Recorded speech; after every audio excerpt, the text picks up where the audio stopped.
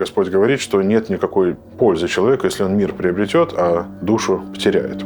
Какие есть традиционные ценности, которые позволяют, например, матери не выдавать тело убитого сына? Страна, где действительно русские по-настоящему ограничены в правах, это, конечно, Россия. Диктатура, милитаризм, сверхценность государства, культ героической смерти. Кто несет ответственность за бомбардировки Белгорода? Посмотрите, как они нас боятся. Давно ли православная церковь стала мерить подписчиками в Телеграме? Вопрос на самом деле не где Бог, а вопрос где люди. Это выглядит, правда, как какой-то домик, не знаю, на окраине Тарусы. Да, но это такой приют политкоторжан. Это дом, который был построен в 1830-е годы. Это здание аптеки. И там, где была аптека, снизу там живут хозяева дома, а мы живем наверху, где жил аптекарь. То есть это живут реальные люди? Да, это абсолютно реальные люди, которые нам сдают эту квартиру. Они знают, кто вы? Они знают, кто мы. Вот, собственно, мне кажется, что поэтому они и сдали. Они немцы, но мне кажется, что они такие не очень типичные немцы, они такие неформатные люди и увидели в нас себе подобных. Улица, на которой стоит дом, называется Гельдернштрассе. Значит, в Петербурге у меня был родительский дом на Аптекарском переулке. А адрес был с улицы Миллионной. А Гельдернштрассе, Гельд – это по-немецки деньги. Деньги, То есть да. все в очередной раз все сходится. Домой приехали. Да, ну из дома в дом, конечно. Вы в Ленинграде чем занимались? Дурака валял. Не, ну я был в Питере только фактически до последнего класса школы.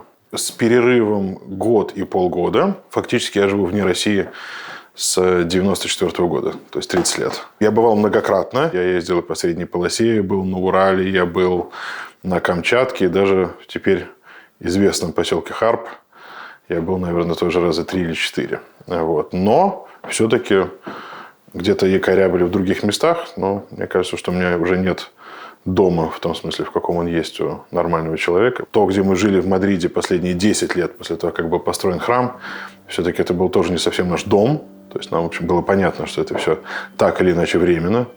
Но это дает такое ощущение невесомости.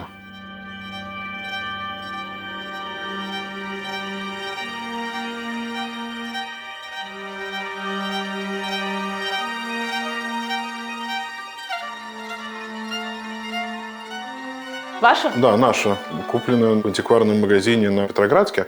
Вот. А вот там, с той стороны, кладбище Ковалевское. Это замечательный петербургский художник Иван Сотников, который был близок к Митькам и который стал священником, был отцом Иоанном. И мне кажется, что вот эта вещь – одно из лучших русских произведений на тему смерти. Это смерть как свет, смерть как тишина, смерть как ожидание и смерть как послание. Видите, вот эти памятники снизу справа, это как такие иероглифы. Вот. Кстати, вот это Ковалевское кладбище, там ведь похоронен Башлачев. А вот эта труба, это Александр Флоренский еще, мне кажется, что это середина 80-х годов. Ну вот в этом виде, по-моему, ничего не изменилось. Я надеюсь, что нет. Этот вид я не видел уже приблизительно 2 года. Вот. И непонятно, когда увижу снова, но это, конечно, те виды, которые не меняются. А вот это такая студенческая фактически работа Шинкарева, которая называется «Натюрморт грустной встречи». Я ее расшифровал. И Шинкарев мне подтвердил, что я расшифровал правильно. Так. Вопрос. Почему натюрморт грустной встречи?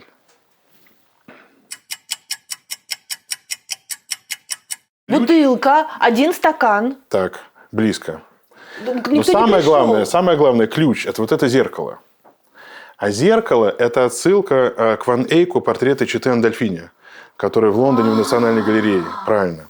И поскольку у него на портрете муж и жена, а здесь бутылка и сосуд для питья. И, соответственно, 1 человек. Поэтому грустная встреча. Но, в принципе, считается, что Шинкарев, он весь про одиночество, что это его основная тема. Да мы все про одиночество, мне кажется.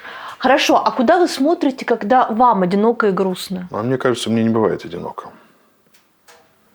Когда 160 прихожан, ваших прихожан, пишут на вас донос. Вот в этот момент вы разве не чувствуете себя одиноким? А с чего вы взяли, что это мои прихожане? Это письмо было инициировано человеком, которого в глаза никто не видел в нашем храме до начала войны. Вот. Человеком, который пришел через несколько месяцев. Совершенно очевидно, что его работа была скоординирована соответствующими структурами. Начал кричать от имени «мы русские», там, «мы православные», «мы прихожане». Вот. Мадридского прихода? Да, Мадридского прихода. Тут нас, значит, все мучают и обижают. И подписи собирались просто таким широким размахом по соцсетям, по всей стране. То есть, я могу сказать, что из тех людей, которые подписывали, я думаю, что, может быть, прихожанами нашими являлись, может быть, там 2-3 человека, и еще несколько человек, я просто знал, кто они такие. То есть, большая часть людей, которые подписывали письмо, они, в общем, на самом деле не знали, кто такой я не знаю, кто такие они. Там было, в общем-то, несколько обвинений в этом письме, которые я, например, разложил бы на 3 части. Значит, первое, это были действительно обвинения в том, что я говорил, и за что я готов отвечать, что в России та диктатура, которая установилась, имеет все признаки фашистской, но я, в принципе, могу за эти слова ответить и сказать, почему я так считаю. Значит, там были обвинения достаточно абсурдные в том, что мы, например, не молимся за российские власти, российские войска.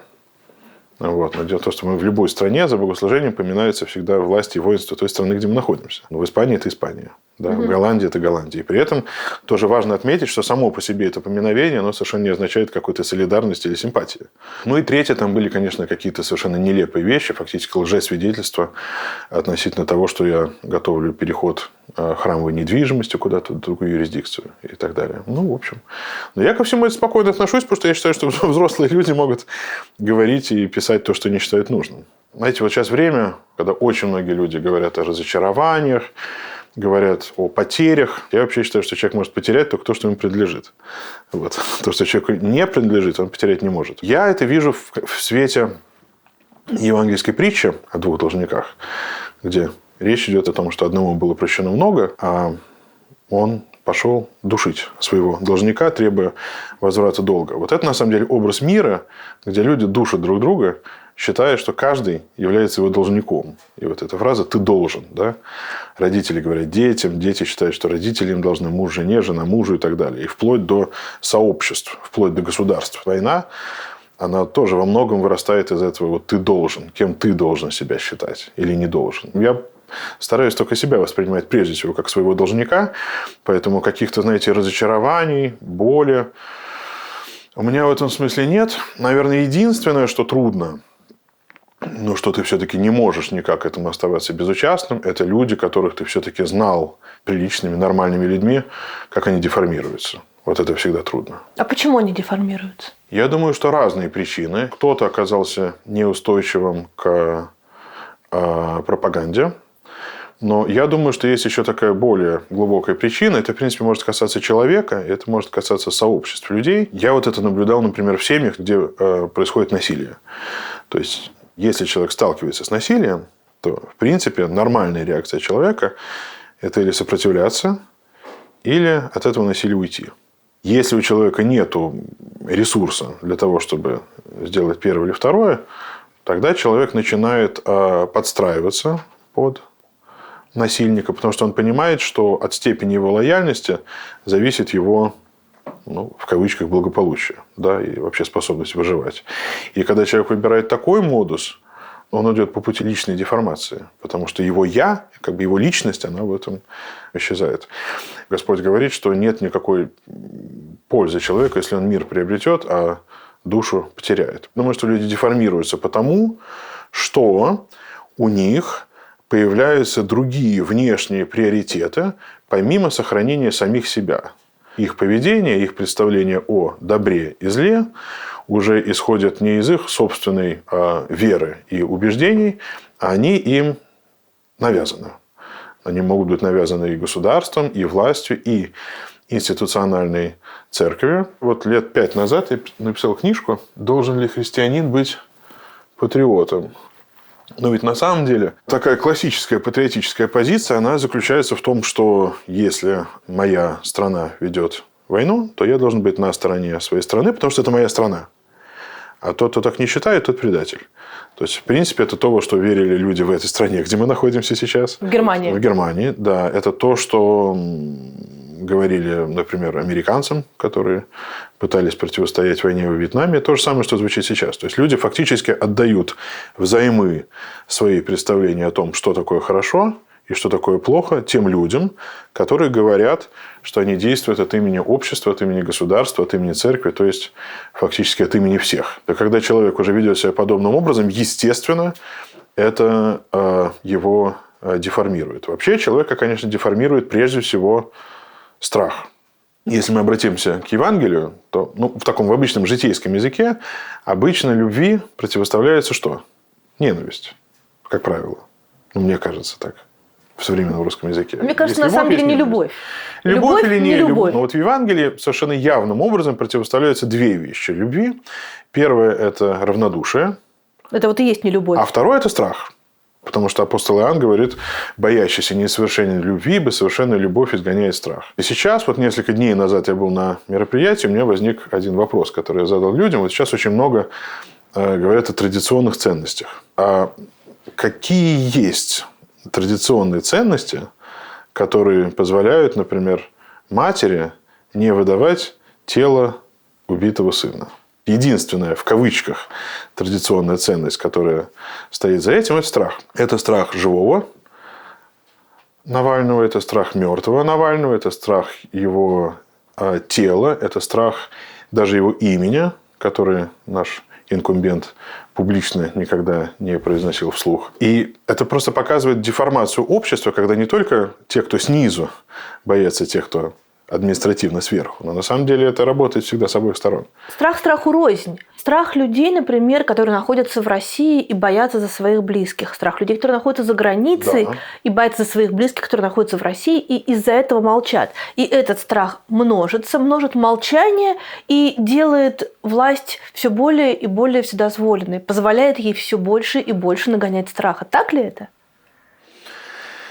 Я думаю, что отчасти это действительно так, но дело в том, что если думать вот в этих категориях, то стоит вопрос, а что делать? И когда люди задают вопрос, что делать, я всегда говорю одно и то же. Я говорю, что вопрос, что делать, он не может превращаться в императив. Мы не можем людям говорить в России о том, что они должны, и в том, что они не должны. Я думаю, что все-таки мы вправе, наверное, сказать, что они не должны бояться, потому что все-таки нужно сохранять себя. Понятно, что они ограничены, понятно, что они не могут говорить вслух, понятно, что они ограничены полностью во всех своих конституционных правах в России сейчас. И это достаточно интересно для меня, потому что понятно, что вот на фоне этого нарратива на русофобии на Западе, да, понятно, что страна, где действительно русские по-настоящему ограничены в правах, это, конечно, Россия. И страна, где действительно люди боятся говорить на русском языке, это Россия, потому что вот мне сейчас приезжали люди из России и говорят, что люди молодые, они, или не только молодые, люди боятся говорить громко, вслух, на улице, в метро, потому что понимают, что могут стукануть. Люди в метро, когда достают телефон, они сперва оглядываются. Вот. И где это происходит? Это в Германии происходит, в Америке, это в Лондоне происходит, это в России происходит. В Голландии на шоссе лежит какой-то другой асфальт. И когда идет дождь, то грузовиками не поливает машины, как обычно, он как-то сразу уходит вниз. Ничего себе. Вообще, когда по шоссе въезжаешь в Голландию, границу слышно по звуку. Можно не смотреть по знакам, просто по звуку слышно. А все говорят, что в Европе нет границ. Как бы в известном смысле. Но дороги значительно лучше, просто значительно. А вот то, где вы живете, это называется город или деревня? Вообще по-немецки это называется община. Это не город, не деревня, даже не поселок городского типа. Называется община. Мы выбирали такое место, которое позволило бы нам жить в Германии. А почему в Германии? Это условие стипендии, которую я получил. Понятно. Но при этом быть где-то недалеко от Голландии. Во-первых, для того, чтобы иметь возможность там служить. Потому что у меня была предварительная договоренность с митрополитом Афиногором Вселенского патриархата, епархия которого включает Бельгию, Голландию и Люксембург. И поскольку дочь моя учится в Голландии, все-таки нам бы хотелось с ней видеться в таком режиме, который был бы независим и от самолетов, и от каких-то таких дальних поездов. Поэтому мы искали. Это было не очень легко, поскольку в этот момент мы еще не были на территории Германии. У нас не было никакого А, уже были изгнаны как бы из Мадрида? Нет, мы изгнаны не были. На самом деле, формально мы изгнаны не были вообще. Просто для меня в какой-то момент стало понятно, что это изгнание неизбежно. И, в общем-то, передо мной стоял выбор: или этого изгнания дожидаться, или делать первый шаг самому. И не подвергать приход травме, потому что когда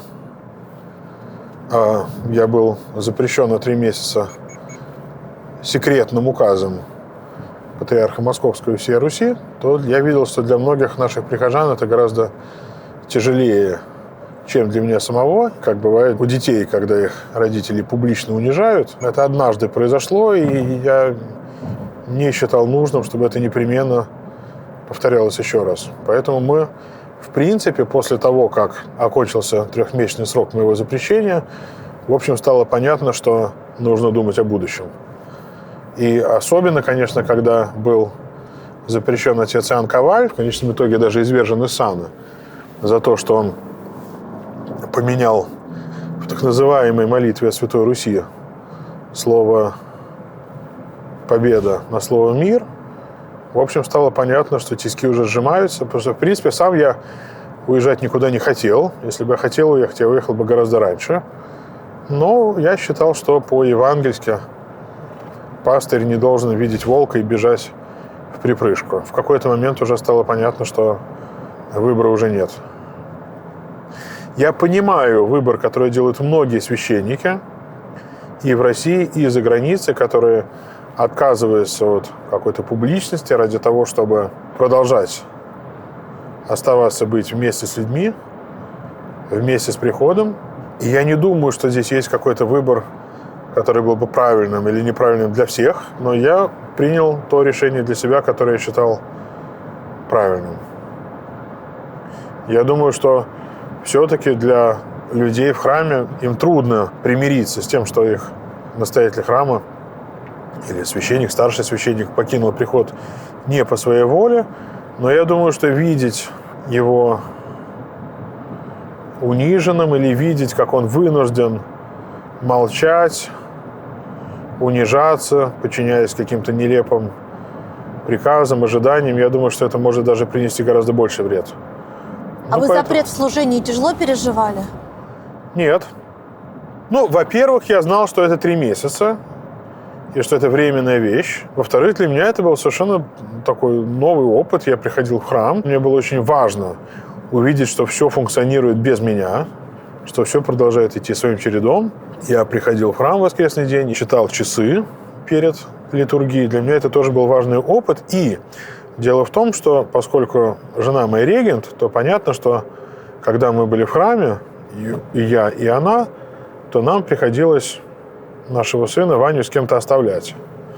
А тут мы решили, что если это богослужение, которое не требует моего участия, но в воскресенье все-таки я буду в храме, а остальное время я буду проводить с ним. И внезапно оказалось, что вот эти 3 месяца я провел с ним больше времени, чем когда-либо. Он был абсолютно счастлив.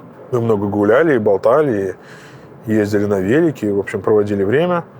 Ну и для меня это был какой-то, наверное, слово «отдых», оно тут не совсем правильное, но это был какая-то передышка. Потому что, конечно, жизнь богослужебная в Мадриде была очень интенсивной, было очень много людей, всегда было очень много... Общение с людьми продолжалось, его, наверное, стало даже больше, но таинство исповеди как таковое уже я совершать не мог. И, как сказал один умный человек, вам дали 3 месяца для того, чтобы вы поняли, чем вы будете заниматься дальше. Я за этот опыт очень благодарен, и, по крайней мере, стали ясны правила игры. И тем более ясными они стали, когда был запрещен в служении отец Алексей Уминский. Это ведь не просто замена настоятелей. Представьте себе, что вы живете в семье, что вы ребенок. Вот. У вас абсолютно благополучная и радостная семья, и вдруг в какой-то момент из вашей семьи изымают отца. И вместо отца вам ставят совершенно другого человека, который приходит к вам домой и говорит: слушайте, все вот это ваше детство, все это чушь, все это не то, все это не так, вообще все эти ваши игрушки, давайте все это на помойку, будем играть в танчики и в автоматы, потому что вообще скоро война, а все остальное это уже ерунда. Безусловно, это было травмой для него, травмой для его прихожан. Но что касается меня, я был все-таки не в том же самом положении, потому что не было назначено на мое место никакого человека, перед которым была бы поставлена задача разрушения всего, что созидал я с теми людьми, которые мне помогали, и, если хотите, в форматировании прихода. Ничего этого не было. Так должен ли быть христианин патриотом? Дело в том, что у слова «патриотизм» у него нету какого-то определения, которое было бы принято всеми. Но вот то определение, которому следую я, это лояльность человека своему государству. Вот, и готовность этому государству подчиняться, его поддерживать. Понятно, что в известной мере патриотизма ожидают от своих граждан любое государство, но в разной мере. Если государство, которое мы условно можем назвать либеральным, оно будет ожидать от своих жителей, прежде всего, налоги, то если это государство, которое мы назовем тоталитарным, оно будет желать полного подчинения. Те слова, которые произносит Господь о том, что нужно кесарю давать кесареву, да? А что? Что у кесарей очень разные представления о том, что люди им должны. Очень разные. В книге Дао Дэ Цзин есть такая фраза о том, что плох правитель, которого боятся, лучше правитель, которого уважают, но лучше всего тот правитель, чего имени не знают. Поэтому для меня всегда критерий аномальности политической системы – это та вот чистота, с которой национальный лидер, та интенсивность, с которой он входит в частную жизнь людей. Этот вопрос о патриотизме, безусловно, встает всегда ребром во время войны. Но дело в том, что здесь заложено определенное внутреннее противоречие. Потому что, когда мы открываем Евангелие, то первый и последний образ Иисуса Христа – это образ Его как царя. Вот мы с вами сейчас не живем в абсолютной монархии, поэтому этот образ, который уже немножко, может быть, потерял свою яркость, но царь – это тот, кто имеет всю полноту власти. Получается, что если ты в крещении исповедуешь Иисуса Христа как царя, это означает, что никакая земная власть, которой, конечно, ты до известного предела можешь подчиняться, христиане все-таки не анархисты, мы не отрицаем государство как таковое. Но очевидно, что никакое государство, никакая государственная власть не может для тебя быть последним авторитетом. И поэтому совершенно неизбежно, что любое общество атеистическое, как советское, оно даже формально гарантируя религиозную свободу, оно всегда будет объявлять на самом деле церковь войну. Потому что оно всегда хочет быть вот самым-самым-самым последним авторитетом. А мы на это никогда не согласимся.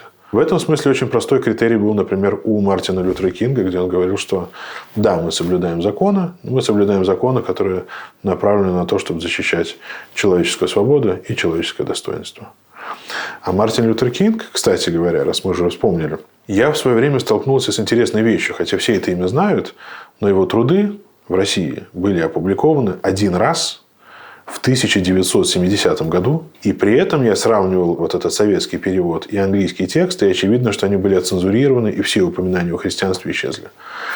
Вот. А между тем, я считаю, что это едва ли не самый востребованный мыслитель был бы для современной России.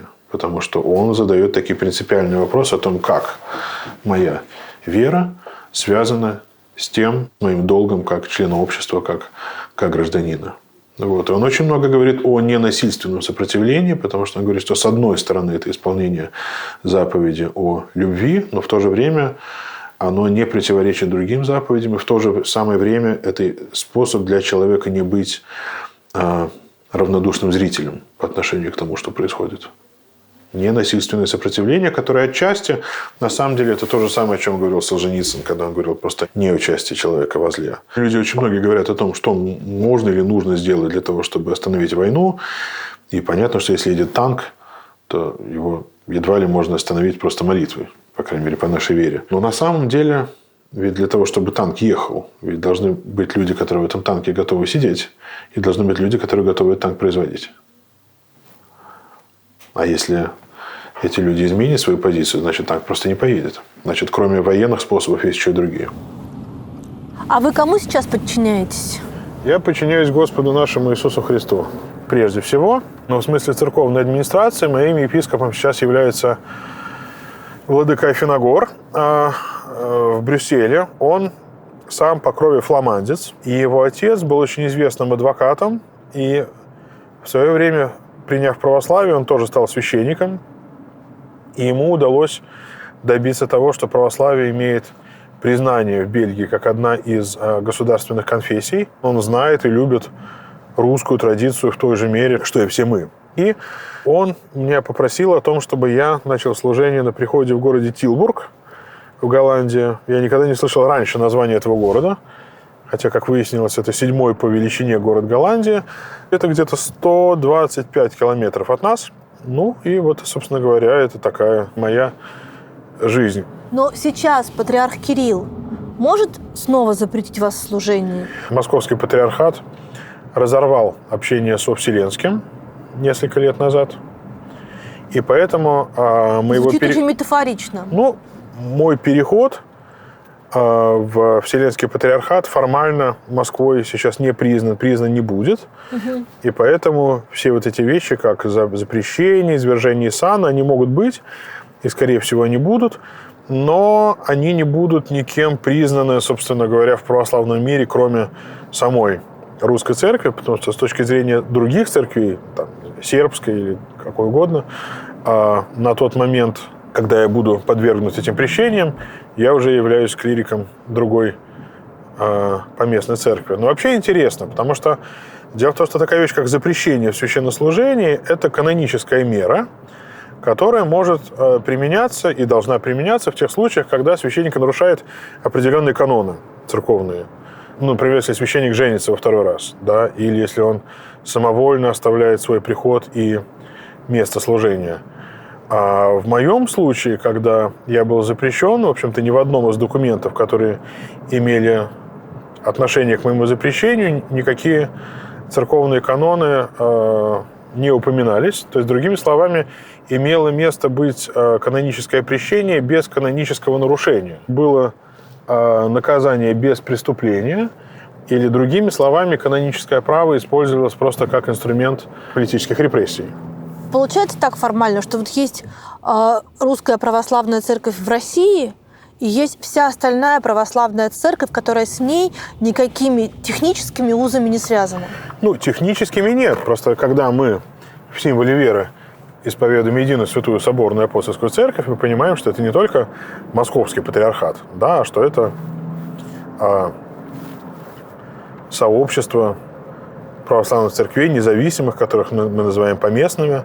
Но так или иначе случилось, к сожалению, что из-за известных событий в Украине русская церковь разорвала общение с Константинополем, но больше-то никто не разрывал.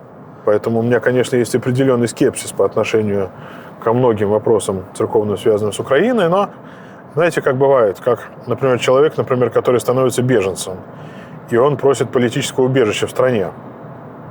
Он ведь выбирает эту страну не потому, что она является идеальной, но просто есть страны, где человек может жить безопасно, ну или относительно безопасно, а есть, где не может. И здесь приблизительно то же самое. Можно, наверное, применить такое понятие канонического беженства. Понятно, что если мы посвятили свою жизнь священству, никто не может нас лишить возможности служить просто из-за того, что мы не разделяем повестку какой-то определенной государственной или общественной силы.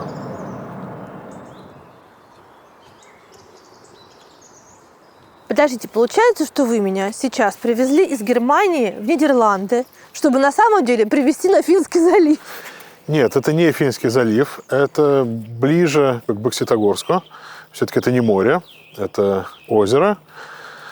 Но действительно что-то здесь есть от нашей северной природы, что-то очень узнаваемое. И это было первым местом, куда я приехал после переезда в Германию. Нам сюда очень нравится приезжать.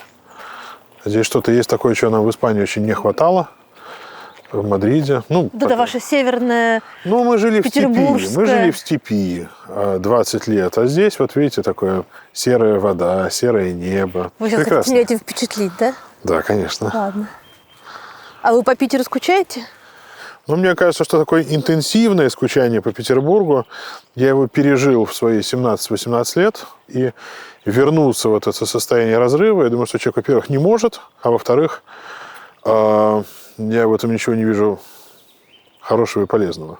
Я, безусловно, Петербург люблю, и я с радостью вернусь, когда такая возможность будет. Но здесь много прекрасных мест. Здесь другие расстояния. То есть вот мы живем в деревне, и мы можем на машине поехать с одной стороны в Берлин, а с другой стороны в Париж, и то, и другое будет ближе, чем Барселона от Мадрида.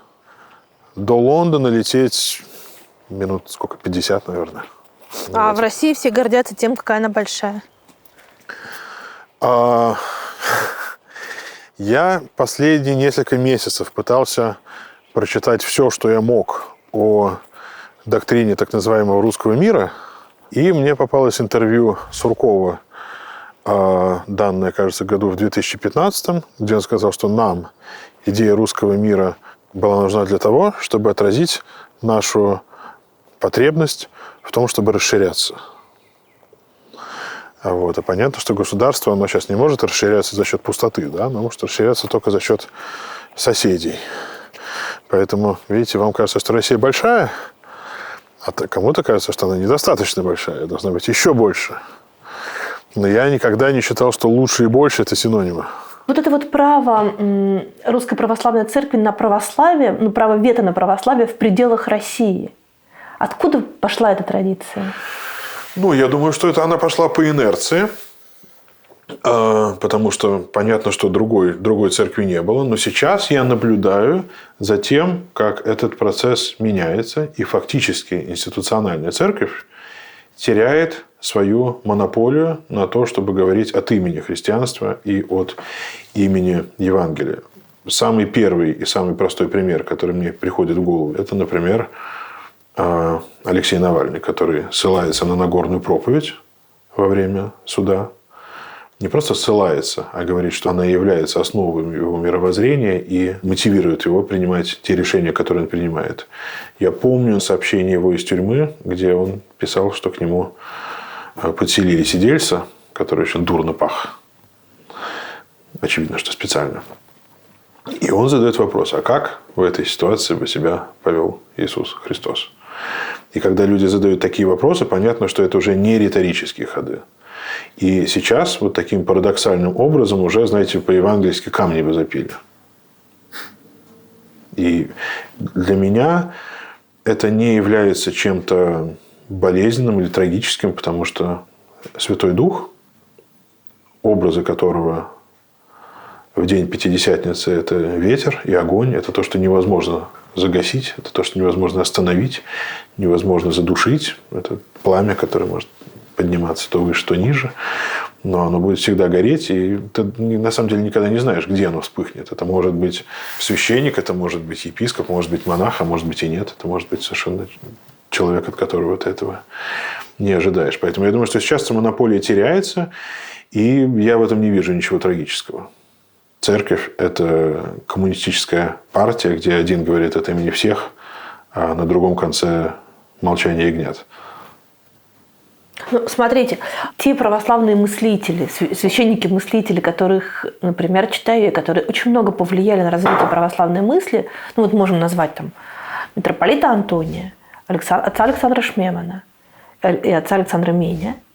Двое из них жили за границей, а один жил в России и был трагически убит. Да, и при этом он, конечно, жил в такой внутренней эмиграции. У него, конечно, было очень много недругов, и отец Александр Мень, он, как мне кажется, он просто не помещался в свою эпоху. Хотя, безусловно, было огромное количество людей, которые его знали, которые его любили. А кто сейчас внутри России самый главный, если так можно выразиться современным языком, трендсеттер, самый главный направитель православной мысли? Я думаю, что есть разные запросы. Угу. То есть, например, отец Андрей Ткачев. Можем по-разному к нему относиться, но это, если это не бот, это что-то около 200 тысяч подписчиков в Телеграме. То есть, он, очевидно, отвечает на определенный запрос. О, боже, давно ли православная церковь стала мерить подписчиками в Телеграме? Ну, а почему нет? Это значит, что 200 тысячам человек, у которых установлен Телеграм в телефоне, интересно и важно то, что он говорит. И в какой-то мере это созвучно, и они с этим солидарны. Это прежде всего запрос на насилие как на допустимую форму отношений. как внутри семьи, то есть мы помним все вот эти выражения там, про женщин, там, которых надо класть в стиральную машину и так далее. Ну и то же самое, конечно, касается войны. То есть это не просто допустимость насилия, а это, в общем, сакрализация. Сакрализация насилия, сакрализация войны, и это, в общем, то его амплуа, в котором он сейчас выступает. С одной стороны, да. С другой стороны, конечно, есть отец Алексей Уминский, но мне кажется, что это очевидно, что замена отца Алексея на отца Андрея Ткачева, как настоятеля храма, это была не просто кадровая перестановка, а это был сигнал, который направлен на всех нас, который говорит о том, что в церкви двух мнений, двух голосов уже быть не может, что есть одна единственная линия партии, которая объявляется верной. Что стояло за этим решением? Ну, вот у Гребенщикова есть в песне слова: «У нас внутри был хрустальный колокольчик, на него наступили, он больше не звонит». Я думаю, что кому-то нравится звук, как хрустят колокольчики. Тем, кто принимает такие решения. У меня нет другого объяснения. Митрополит Тихон Шевкунов. Я думаю, что митрополит Тихон – это ключевая фигура в создании того, что принято называть сейчас, это слово, которое внутри церкви уже не избегается, это слово «гражданская религия». Термин, как мы помним, ввел Жан-Жак Руссо, когда он говорил о том, что в обществе, в государстве должна быть некоторое общее для всех религиозное мировоззрение, которое бы объединяло и консолидировало всех граждан страны.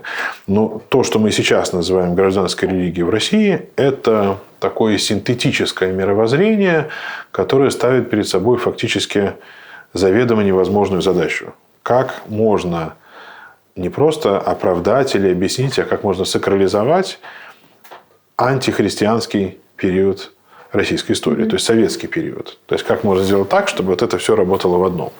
Вот, чтобы... Ну, то есть устранить вот этот разрыв. Да, потому что если отец Георгий Митрофанов, например, очень часто говорил о том, что то, что случилось с революцией и гражданской войной, это такой конец того, что он называет исторической Россией, то вот на противоположном конце, в рамках гражданской религии, говорится о том, что никакого разрыва на самом деле не было.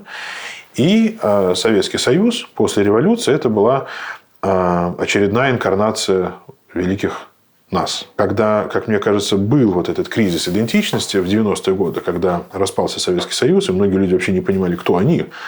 Потому что для меня все-таки Горбачевская эпоха, падение стены – это все-таки было время надежды. Знаете, это был все-таки ветер перемен. А для многих людей это была колоссальная трагедия. То есть страна, которую они называли своей родиной, она просто перестала существовать. И, собственно говоря, вот, как мне кажется, с чего начинается Родина, с чего начинается гражданская религия, она рождается прежде всего из утверждения, которое по-разному можно формулировать. Мы потомки победителей, мы наследники Великой Победы. Ну, вот все вот это. И таким образом происходит синтез, по крайней мере, внешних форм православного христианства с советским мировоззрением. И это то, что мы видимым образом, например, наблюдаем в символике храма, который принято называть храм вооруженных сил. Советская история, советская символика вводится в храмовое пространство и через это сакрализуется. Мне кажется, что для формирования этой гражданской религии, которая на самом деле является подменой христианства, поскольку от христианства там остаются только внешние формы. Мне кажется, что в формировании ее митрополит Тихон занял не последнее место. Митрополит Иларион.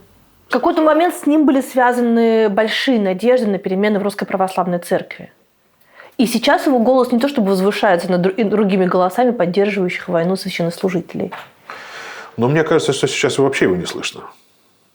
А с чем это связано? Это надо у него спросить.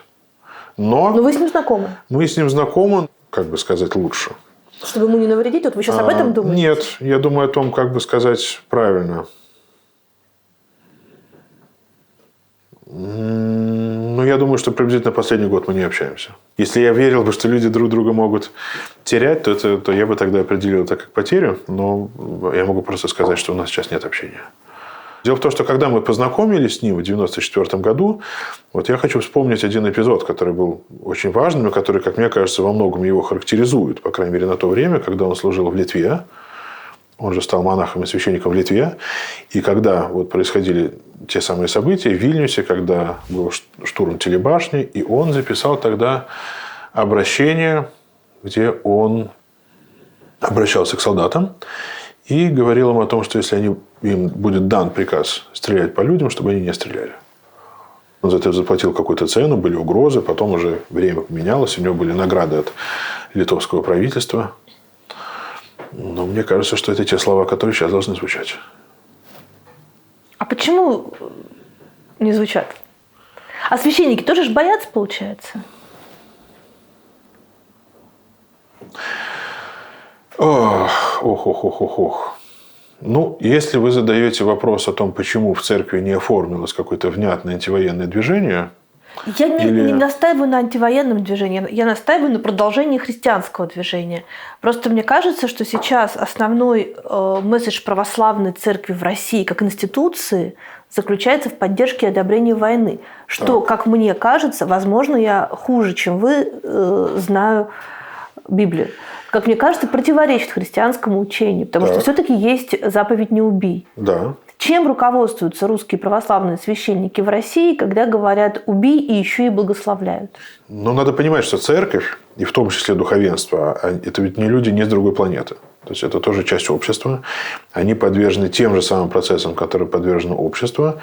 И очевидно, что если люди говорят эти вещи вслух, очевидно, что все-таки это не потому, что люди запуганы, потому что, знаете, невозможно человека запугать до такой степени, чтобы он свою проповедь трансформировал вот в это Z-славие. Это человек не может делать из-за страха. Я думаю, что люди действительно в этом убеждены. То есть, это такое массовое помрачение, это такой морок, в который оказались люди погружены с одной стороны, а с другой стороны, если люди не говорят вслух, это, конечно, не означает, что они согласны. Я бы, конечно, не говорил о какой-то тотальной поддержке со стороны духовенства. Вот совсем недавно мне прислали видео из такой далекой русской глубинки, где священник с небольшой группой прихожан стоит и в храме совершает панихиду по Алексею Навальному убитому.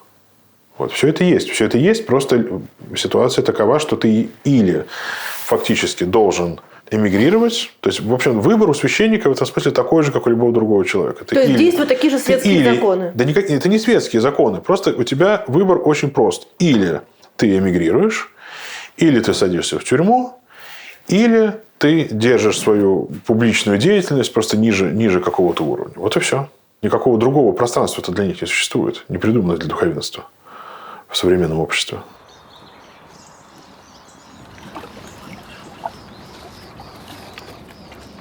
А вы сколько языков знаете, получается? Нормально я знаю 3. Голландский я пытаюсь учить. А так, испанский, английский и... Русский, английский, испанский. Я тоже вот переживаю. Но... Давайте я докручу до сюда. Я уже практически докрутил.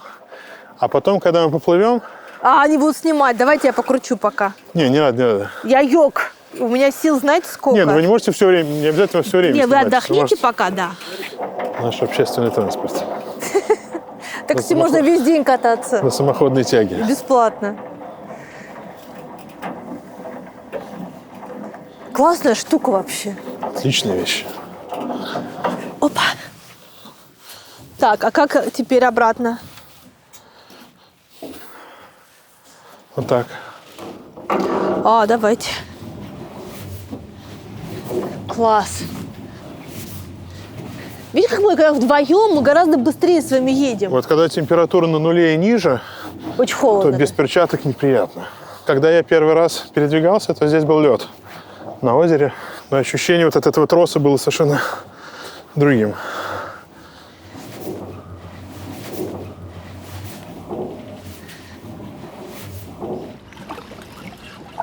То, что позволяет себе сейчас российское государство с точки зрения отпущения грехов.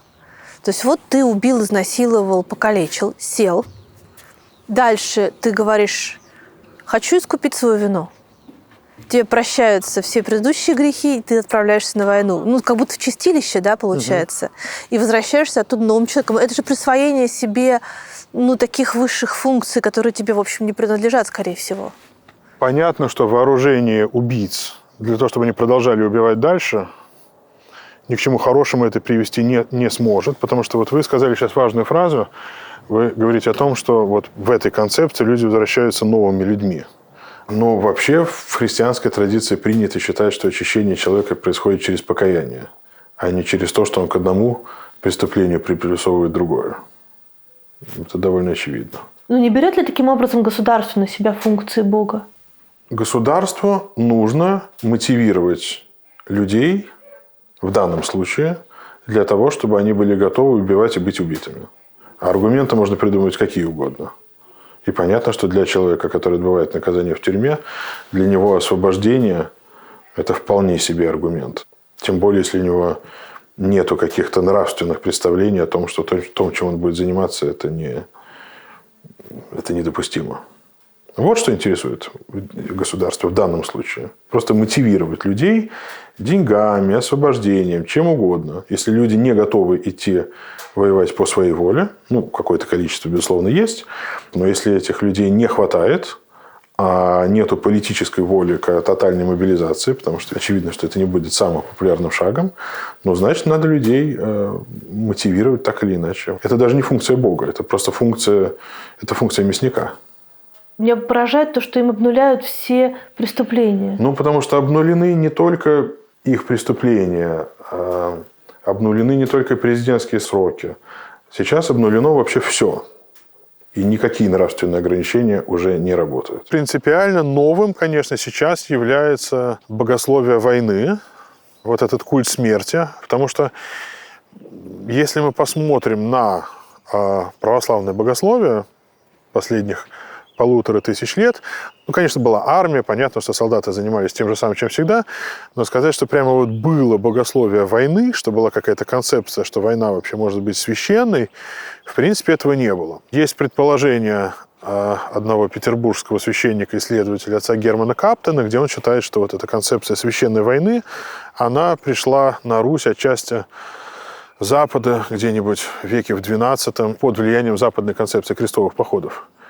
И это на самом деле любопытно, потому что когда патриарх Московский всей Руси говорил, что грехи солдата на поле боя, который исполняет присягу, прощаются, если он гибнет, на самом деле это то же самое, что папа Урбан говорил в 1095 году перед началом крестового похода. И это на самом деле повторяет то, что говорил немецкий епископ Мюнстера фон Гален в Германии году, кажется, в 44-м. А если возвращаешься с войны, не погибнув, но убив с твоими грехами, что происходит? Нет, понятно, что это, конечно, просто придумано для того, чтобы людям дать мотивацию убивать и быть убитыми. Но у меня возникает вопрос. Если то, что сказал патриарх, если это правда, допустим, то тогда получается, что это должно быть правдой не только для солдата или офицера с одной стороны, тогда это должно быть работать и по отношению к солдату или офицеру с другой стороны. Да, нужно поубивать друг друга, чтобы стать всем Правильно. святыми. Получается, что самый простой путь войти в Царство Божие – это взаимное убийство. То, о чем мы говорим сейчас, входит в противоречие не просто с Евангелием или с христианским учением, а просто входит в противоречие со здравым смыслом, как минимум.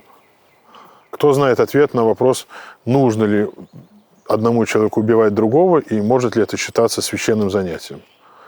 Но мне кажется, это немножко очевидно, нет?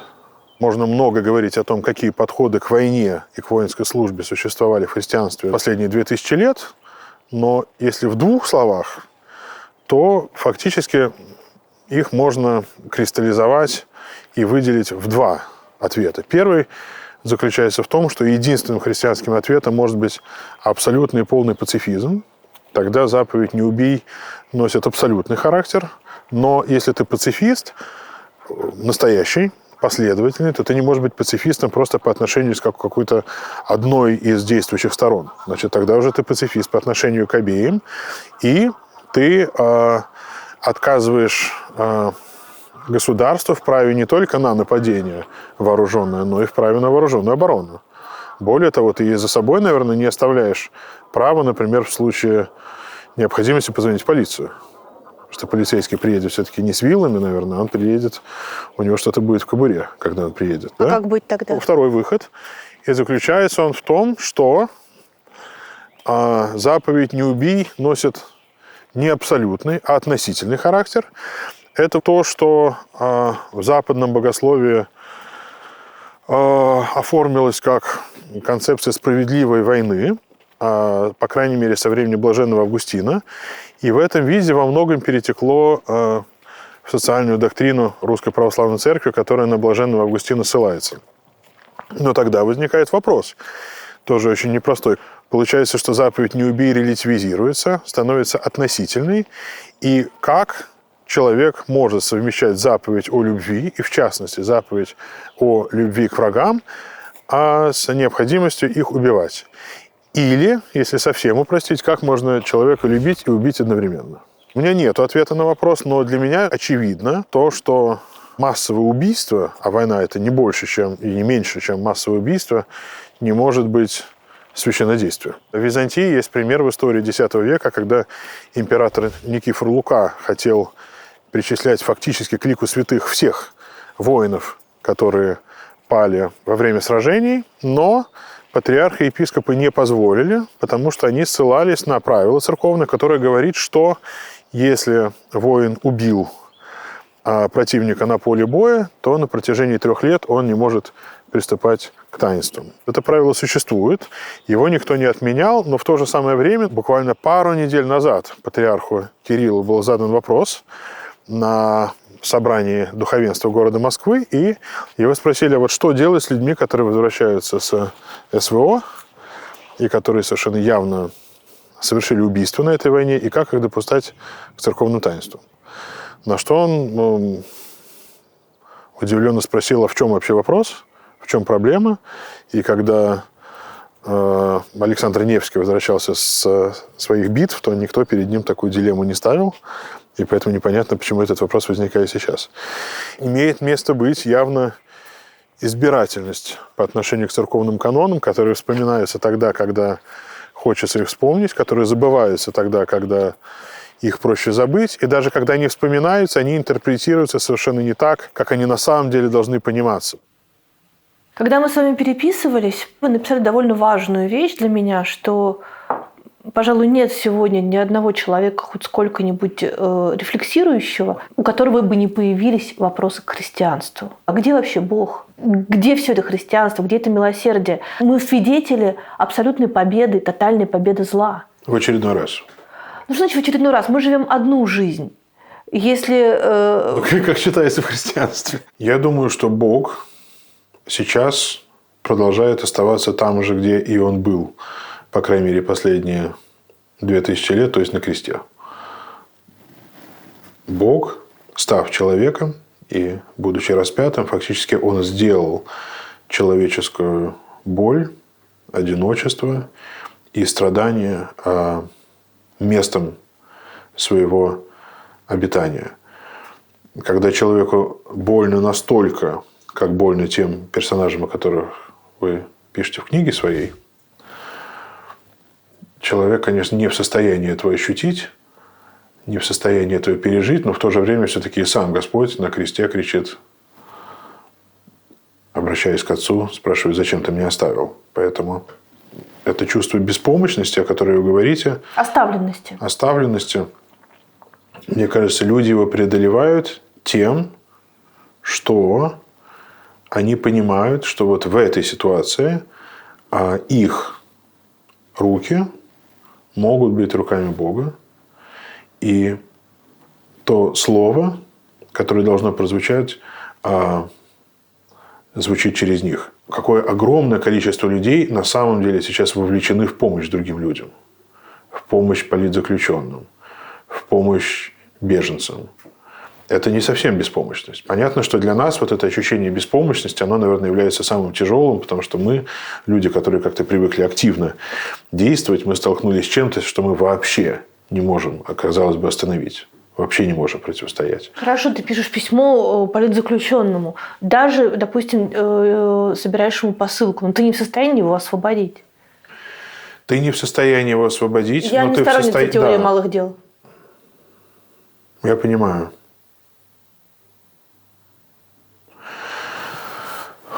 Мне кажется, что все-таки это в известном смысле иллюзия, что мы находимся лицом к лицу какой-то непотопляемой системой зла. Вы посмотрите, как они нас боятся. Кто? Те люди, которые вешают на нас ярлыки на агентов, те люди, которые нас блокируют, те люди, которые нас маркируют, те люди, которые нас... Как они нас именно боятся? По-моему, они вообще ничего не боятся. Ни Бога, ни черта, ни нас. А зачем тогда все эти блокировки? Зачем все эти законы о фейках бы не и о мешали. дискредитации? Ну, не совсем так. Все-таки есть страх. Потому что сама эта система построена на страхе. И у Вацлава Гавела есть книжка, не знаю, читали вы или нет, называется «Сила бессильных». Угу. Вот, где он, собственно говоря, об этом всем говорит. То есть, он задает вопрос, как бы, а что мы можем сделать перед лицом вот этого тотального институционального зла. И оказывается потом, что все это рушится в течение суток. Или там 48 часов. Но на самом деле мы отвечаем за себя. И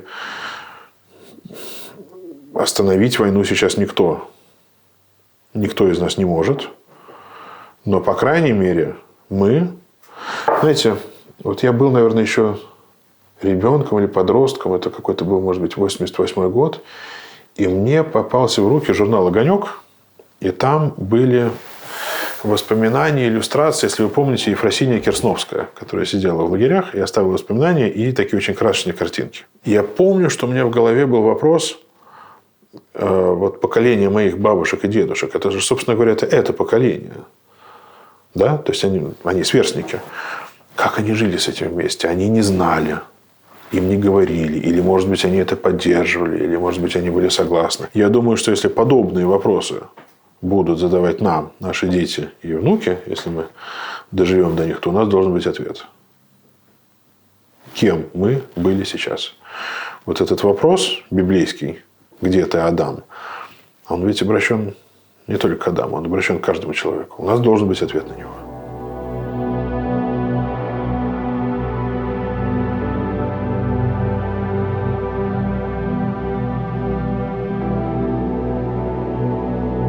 Вы служили панихиду по Алексею Навальному. Да. Мне казалось, что это что-то, что совершенно очевидным образом должно совершаться.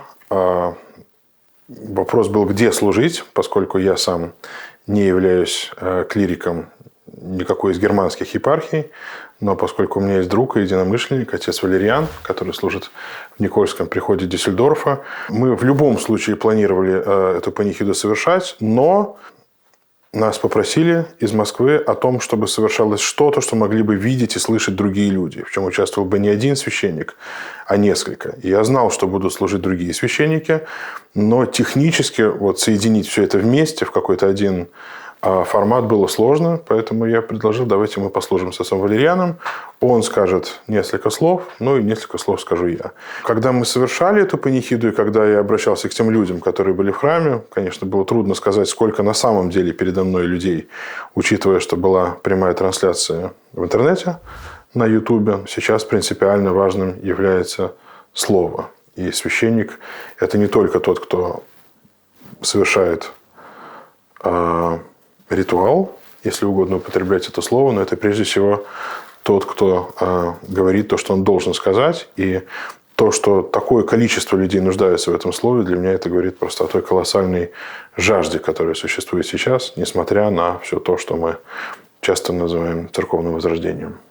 То, что вы служили эту панихиду, имеет отношение к вашим политическим взглядам?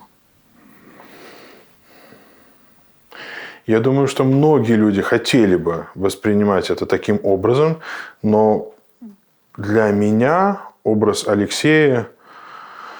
А вы были знакомы лично? Мы не были знакомы, но я могу сказать, что он сложился окончательно именно с его смертью. То есть тогда вот у меня появился завершенный образ его фигуры. То есть это мученическая смерть в любом случае? Надо быть, конечно, осторожным со словом «мученик», да, потому что для нас мученик – это человек, который оказывается в тюрьме за свою веру. А понятно, что он в тюрьме оказался не просто потому, что он христианин, а потому что… А это может быть вера не только в Бога? Может. Я думаю, что действительно он руководствовался своей верой, своей совестью. Но понятно, что в тюрьму его посадили те люди, которые считали, что он для них опасен и является для них конкурентом, прежде всего. И, конечно, его понимание христианства в данном случае очень сильно отличается от того официального дискурса, который мы слышим. Поэтому для меня эта смерть действительно была особенной именно потому, что я понимал, что речь идет не просто о жертве политических репрессий, каких было много и какие, к сожалению, по всей видимости, еще будут, а именно о человеке, который сознательно в этот ад спустился. Потому что все-таки давайте не забывать о том, что многие из наших соотечественников считают, что если существует в России инакомыслие, то оно существует по двум причинам. Потому что этими людьми управляют откуда-то снаружи, из-за границы, и потому что им платят деньги. Понятно, что если люди ставят вопрос таким образом, то они сами расписываются в собственной ограниченности. Им трудно вообще себе представить, что у человека может быть какая-то своя инициатива не за деньги, не по чьей-то указке. И понятно, что нету такого авторитета, нет такой структуры, нет таких денег, которые заставили бы человека оказаться в тюрьме за полярным кругом и там умереть. Поэтому понятно, что этот риск, безусловно, был с самого начала, когда он в тюрьме оказался. Но действительно для него в самом глубоком смысле надежда оказалась сильнее, чем страх. Он не говорил о страхе, он говорил о надежде. Он говорил о совершенно других вещах. Понятно, что, наверное, любой политик может говорить в том же самом ключе, но не каждый находится в тех же условиях, что и он, и не каждый говорит об этом с риском для жизни. Почему служба по умершему Навальному оказалась тоже вопросом страха и вопросом торгов? И ведь по любому человеку можно служить панихиду. Государство, как мне кажется сейчас, пытается удержать монополию на христианский дискурс и на любую альтернативу, на любое слово, сказанное в другом ключе, в том числе и со стороны духовенства, оно, конечно, реагирует очень болезненно. Отчасти это может послужить добрую службу, потому что, когда было подписано священниками письмо по московскому делу, на это письмо обратили внимание, потому что духовенство традиционно считалось одной из самых лояльных страт вместе со спортсменами, актерами, космонавтами и так далее. И вот то, что было воспринято как протестный импульс, на самом деле повлияло на ход дела, и многие люди избежали приговоров, или эти приговоры были менее суровыми, чем могли бы быть. Поэтому сейчас, мне кажется, происходит что-то очень интересное. А именно то, что от лица христианского сообщества говорит не только патриарх, не только иерархия, не только какие-то официальные синодальные отделы и церковные структуры, а самые простые люди. И понятно, что если речь идет о таких вещах, как история о матери, которая не может получить тело сына, это уже за пределами политики. Здесь мы говорим о каких-то базовых нравственных вещах, которым брошен вызов. Любая диктатура, естественно, нуждается в иллюзии своей тотальной поддержки. Поэтому тысячи или десятки тысяч людей на этих похоронах будут портить картинку. Поэтому это главная боль. Хорошо, похоронили. Вот могила человека. Вот к ней будут идти. Что с этим делать? Поэтому это такое инстинктивное сопротивление. Максимум палок в колеса. Вот уже бороться не с живым человеком, а с мертвым. Вот это такая стая волков, у которых нужно уже отбивать не просто живых людей, а уже нужно отбивать мертвецов. Вот еще одна загадка вам. Давайте. Карта России XVIII века. Где находится Лукоморье? Лукоморье в Таганроге. Ничего подобного. Да слушайте. Ничего подобного. Мы, жители Ростова, считаем, что Лукоморье в Таганроге. Так, внимание. Лукоморье. Лукоморье вот здесь. Это нынешний Ямал. То есть, по сути говоря... Какой там дуб зеленый? Ну, Лукоморье это был такой синоним фиг знает где. Вот. Я думаю, что это был такой собирательный образ. Там, конечно, дубов зеленых никаких нет, но я думаю, что вот поселок Харп, он или в Лукоморье, или где-то вот совсем рядом. Но Салехард, по крайней мере, точно в Лукоморье. То есть, в принципе, это территория нынешнего Ямала. Сейчас есть такой ход, знаете, когда приходят, надо доставать старые карты, показывать, что на них изображено и что где находится. Такой ход обычно плохо кончается. Это Хоман, это был один из таких главных картографов 17 века, самых известных, поэтому я с ним спорить бы не стал.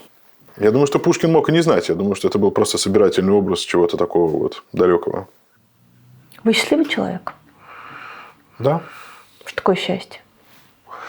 Я думаю, что это ощущение полноты жизни. В Евангелии есть очень важные слова. Господь говорит о том, что Он пришел в мир для того, чтобы принести жизнь и жизнь с избытком. И мне кажется, что полнота этой жизни, она человека может ощущаться независимо от каких-то внешних обстоятельств. Сейчас мы вспоминали Алексея Навального. Я не могу сказать, что я каким-то был его специальным, знаете, поклонником или что-то, но для меня тот образ, который был перед глазами, когда он возвращался в Россию, все-таки он был не совсем жертвой. Да? Ну, как многие люди, все-таки жертвы репрессий в прошлом, в будущем, если у них была бы возможность избежать того, что с ним случилось. Я думаю, что многие бы избежали. Вот, а он ехал, он, в принципе, знал, что с ним может произойти. Его пример – это пример того, что человек может быть счастлив в самых отчаянных условиях, на грани смерти, и у него, видите, вот в этих условиях, в которых он был, он же не задавал себе вопроса, где Бог? Вот где Бог? Вот он понимал, если он задавал вопрос таким образом, что Господь, как бы он поступил, оказавшись с этим сокамерником, у него, значит, было совершенно очевидное ощущение, что Бог пребывает в камере вместе с ним. Поэтому, кстати, не случайно в Евангелии есть вот эти слова «был в темнице, и вы посетили меня». То есть тюрьма тем самым обозначается как такое особое место присутствия Божия. А я в тюрьмах был очень много, в том числе и в поселке Харп, но не в этой колонии, где был он, а в другой. Так что все эти кадры, которые сейчас были в интернете, они для меня все очень узнаваемые.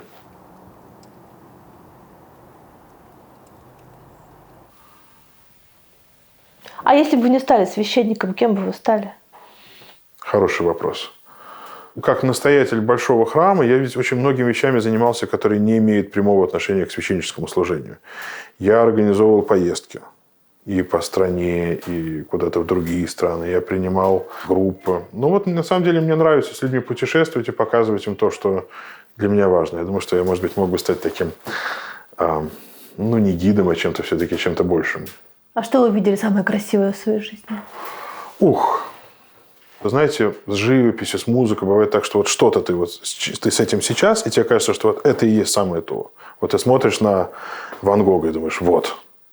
Или ты смотришь на Рембрандта и думаешь, вот. Но есть какие-то моменты, после которых ты уже не тот, что был. Я думаю, что первый – это 91 год. Первый раз мы выезжаем с родителями за границу.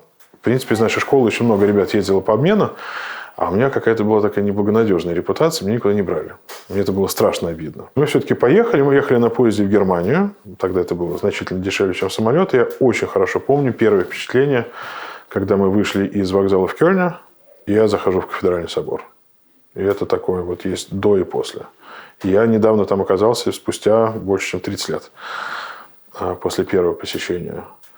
И второе, то, что я помню, это был первый раз, когда я летел на самолете. Это был уже, значит, 94 год.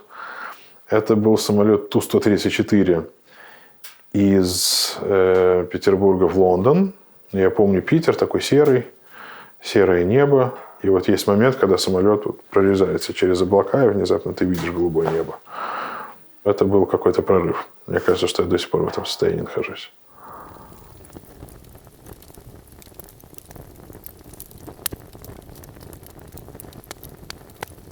Ну, вы родились в 1977 году. Это пышный цвет брежневского застоя. Да, я помню, как Брежнев умер. И более того, есть речь Леонида Ильича. Она есть на Ютубе, записанная по случаю моего дня рождения. Потому что это был 7 ноября 1977 года, 60 лет революции. Так. Вот. И иногда, когда день рождения, так не каждый год, но иногда я переслушиваю так, напоминая себе о том, где я родился и в какое время. У меня была бабушка, которая была такая достаточно активная на общественном коммунистическом поле, но при этом она сохраняла какую-то личную религиозность. Я помню, что в детстве иногда она мне давала такую пластиковую рюмку, и в ней что-то было такое очень твердое, и внутри твердое и скользкое снаружи. Я не понимал, что это такое, зачем я должен это есть. А оказалось, что это был кусок просфора со святой водой. По-настоящему, конечно, для меня первое соприкосновения с христианством были тогда, когда ушел из английской школы. Это была школа 185-я на Шпалерной. Школа неплохая.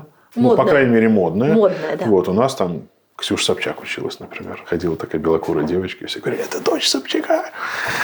Но это была, конечно, такая советская школа. Общая такая атмосфера была довольно тягостная. И это было время, когда открывалось много разных новых школ. И, в частности, открылась школа. Даже не школы, это были только старшие классы при обществе «Открытое христианство». У нас, кроме обычной сетки, была история искусства, введение в философию, в культурологию. И к нам приходил священник. Вот. Было несколько ребят у нас в классе из таких семей, которые сейчас принято называть воцерковленными. И я не помню, чтобы я себя сознательно изнутри считал неверующим человеком. То есть, вот первые 6 лет жизни, например, которые мы провели, мы жили в квартире около Смольного. Это была квартира, 2 комнаты. В одной комнате жил мой брат и мои родители вчетвером. Вот, и во второй комнате жили бабушка и дедушка. Я помню, еще в детстве вот я как-то ловил этот контраст между такими достаточно жуткими советскими зданиями напротив Смольного и самим собором. То есть, просто сам собор, он вот у меня как-то так запечатлелся. Это было все-таки указание на что-то другое, на какой-то другой мир, куда более красивый и изящный, чем, в общем, то, что его окружает. Мне кажется, тогда я как-то втянулся. Отчасти через книги, отчасти через друзей. Но мне кажется, что это была просто волна такого все-таки подъема, да, в России. 93-й, 94-й год. Сознательный рост веры. Я думаю, что все-таки это была Англия. Потому что из этой школы я попал в Англию, думая, что я еду на 3 месяца. В школу-интернат на севере Англии при Бенедиктинском монастыре. Вот, когда я приехал, я понял, что это катастрофа.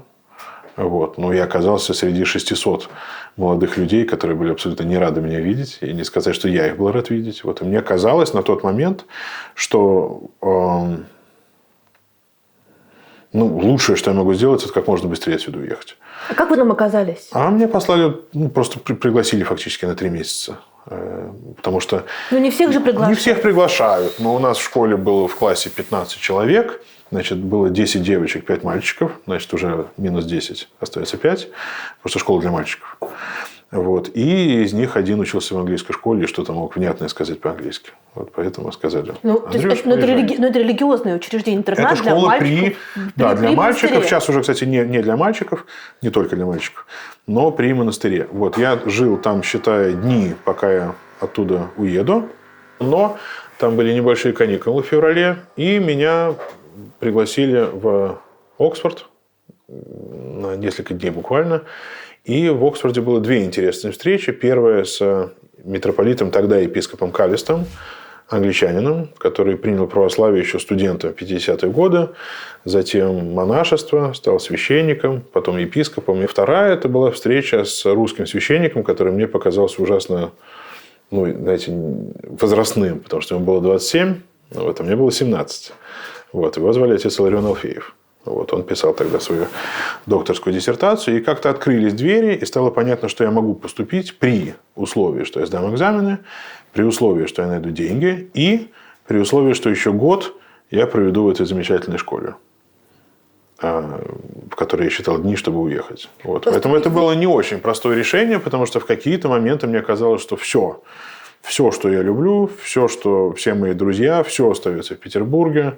Мойка, фонтанки, крыши, прогулки, что все это остается там, а здесь я буквально закапываю себя заживо. А почему вы приняли это решение? У меня все-таки было ощущение, что то, что происходит, это не случайно. Мне трудно сейчас сказать, откуда у 17-летнего мальчика были силы на то, чтобы это решение принять, потому что оно было нелегким. И в этом смысле я себя не очень честно ощущаю по отношению к тем людям, которые выехали год и 2 назад, у которых вот сейчас рвутся связи, которые сейчас начинают понимать, что это такое жить вне своей страны, потому что у меня этот разрыв, случившись однажды, он уже не может повториться дважды. То есть ты не можешь уже жить в ритме постоянного скучания и жить на этом разрыве. Ничего, в общем, хорошего в этом тоже нет. Ну, это будет очень... Хочешь заварить? Что ты хочешь предложить? Я хотела заварить. Ну, завари тогда, завари ты чили. Вы можете вспомнить, как вы встретили свою жену Александру и как вы влюбились? Ой, это даже не нужно долго вспоминать. Значит, картина была такая. Между учебой в Оксфорде и в Лондоне у меня был год в Петербурге. И я не очень знал, чем себя занять. И мой знакомый священник замечательный, отец Иероним Тестин, он меня пригласил в школу народного искусства императрицы Александры Федоровны, где я немножко преподавал английский, закон Божий, там еще что-то. И директор школы попросила меня, чтобы я занялся английским с ее сыном. И в паре к сыну директора школы шла дочь завуча, которая, кстати, в этой школе не училась. То есть это был ее 11 класс. Ей было на тот момент где-то лет 16. Но я, соответственно, на 5 лет старше. То есть мне было где-то 21. И потом, когда мы женились, ей было 18, значит, мне было 23. Но вы никогда не собирались постричься в монахи? Ну, какого-то, знаете, такого прямо монашеского призвания, мне кажется, я никогда не ощущал. Но я всегда любил монастыри, и люблю и сейчас. И православные монастыри, и западные монастыри, поскольку я немножко знаю Бенедиктинский орден и западную традицию. И я, в общем-то, до сих пор люблю приезжать в монастыри и какое-то время там жить.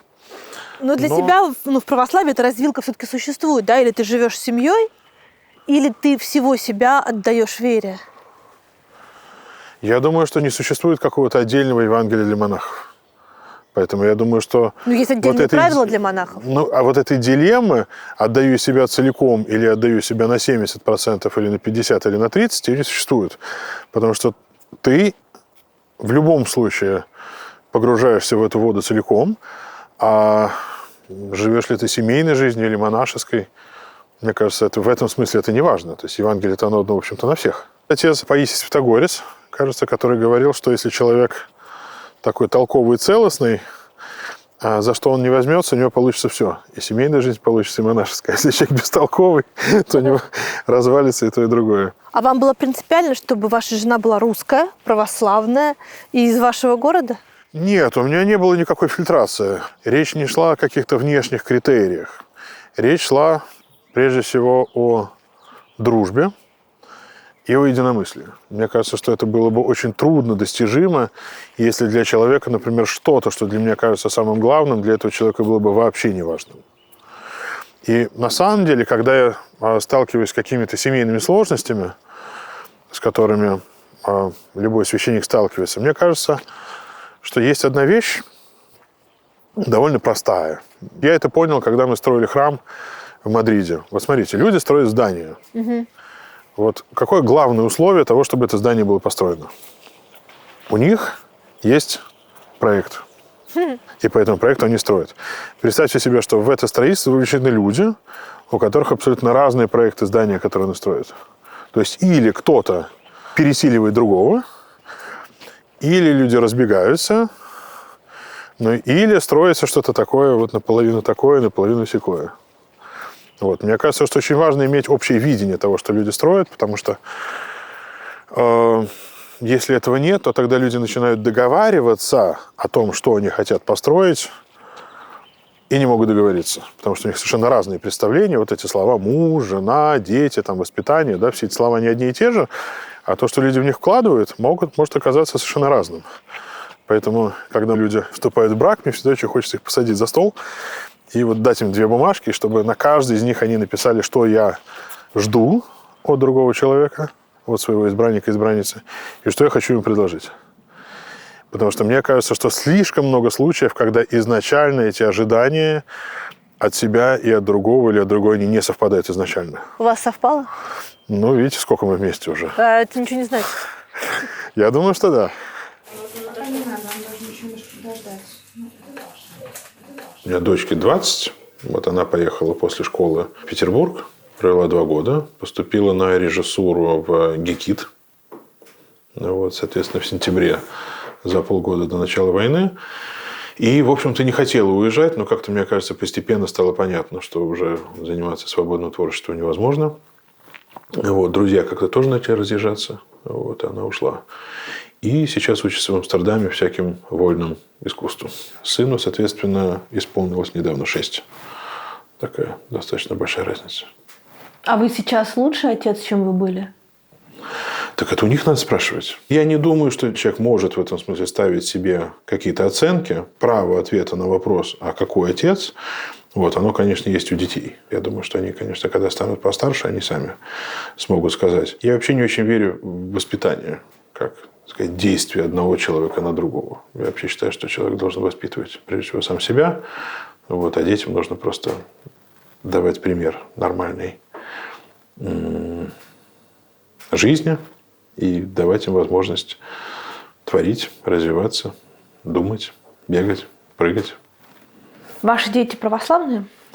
Да, и дочка, хотя понятно, что в ее возрасте это не всегда бывает так, но у нее никогда не было никакого разрыва с церковью. Она сохраняет очень близкую связь с женским монастырем на юге Франции. И мне кажется, что ей, как девочке, как дочери священника, да, сколько она у нас видела священников дома, епископов и так далее. То есть для нее это уже немножко так. А то, что игуменя, да, это то, что она женщина, мне кажется, это для нее важно. И вообще монашество – это же такой христианский панк. Если есть какой-то такой радикальный православный феминизм, то, в общем, женский монастырь – это он и есть. Я думаю, что детей нужно поддерживать в том, что они выбирают.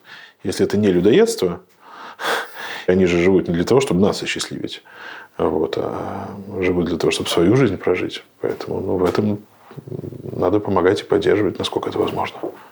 А зачем священнику поступать в Оксфорд? Дело в том, что, в принципе, у меня была такая идея. Я хотел поступать в семинарию, но я не хотел поступать в семинарию в России. А почему? Потому что я хотел иметь опыт церковной жизни, которая была бы не искалечена советским прошлым. Ах, вот оно что. Поэтому я посматривал на какие-то семинарии в Америке, но вот ты входишь в ту дверь, которая открыта. Вы 17-летним парнем впервые встречаете митрополита Антония Суржского. Это был 99-2000 год, когда я помогал ему в алтаре каждое воскресенье и, в общем, имел возможность с ним каждое воскресенье молиться, смотреть, как он служит, как он общается с людьми. И это, конечно, была школа. Это один из великих русских православных мыслителей. Прежде всего, наверное, для меня. Безусловно. Хотя он был не книжный человек. То есть, практически все, что опубликовано, это не то, что он писал. Это то, что ему было сказано. Или на встречах, или на беседах, или на проповедях. Но встреча, которую вы описываете, самая первая встреча, когда вот он сидел, вы к нему подошли, вы ее описываете довольно в таком мистическом ключе. А я его не узнал. Конечно, видел по фотографиям. Тогда интернет какой-то был еще все-таки не очень развитый. Но я помню, что я вошел в собор в Энисму Гарден, он сидел с кем-то разговаривал, и потом встал и пошел в свою комнатку за алтарем. И у меня как-то в голове не могло уложиться, что это он, что это митрополит, и что это все в какой-то такой совершается простоте. Потому что понятно, что в середине 90-х годов митрополит в Санкт-Петербурге – это что-то совершенно другое. И я как-то думал, может, это он, а может, не он, может, я путаю с кем-то. А каким он был человеком? Он, как мне кажется, был человеком очень строгим и требовательным к себе. И, в принципе, он был достаточно строгим по отношению к тем, кто служил и трудился с ним вместе. Угу.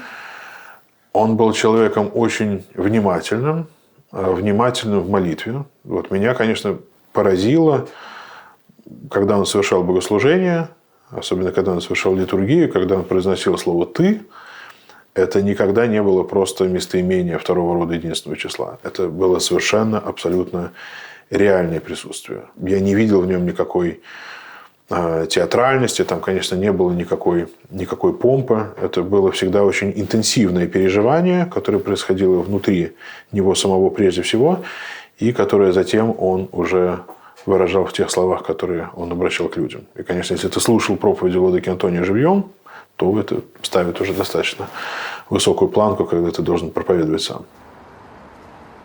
Тяжело вам переезд дался? Нет. Нет? Дело в том, что когда Германия это не Испания, а Испания это не Германия. Не Испания, конечно, но дело в том, что когда мы жили в Мадриде, я практиковал такое аскетическое упражнение, о котором говорит митрополит Антоний. Он вспоминает, когда он стал монахом еще в 40-е годы, и когда, конечно, вся русская эмиграция жила в нищете, и после того, как он был пострижен, он рассказывает о том, что он пытался понять, а что такое нестяжание, когда у тебя, в общем-то, ничего и нет. И он долго, может быть, несколько часов смотрел на огрызок карандаша на своем столе, пытаясь донести до себя мысль, что этот карандаш не мой. Это не моя собственность. Я могу им пользоваться, но он не мой. И, в принципе, я в этом аскетическом упражнении провел в Испании почти без малого 20 лет.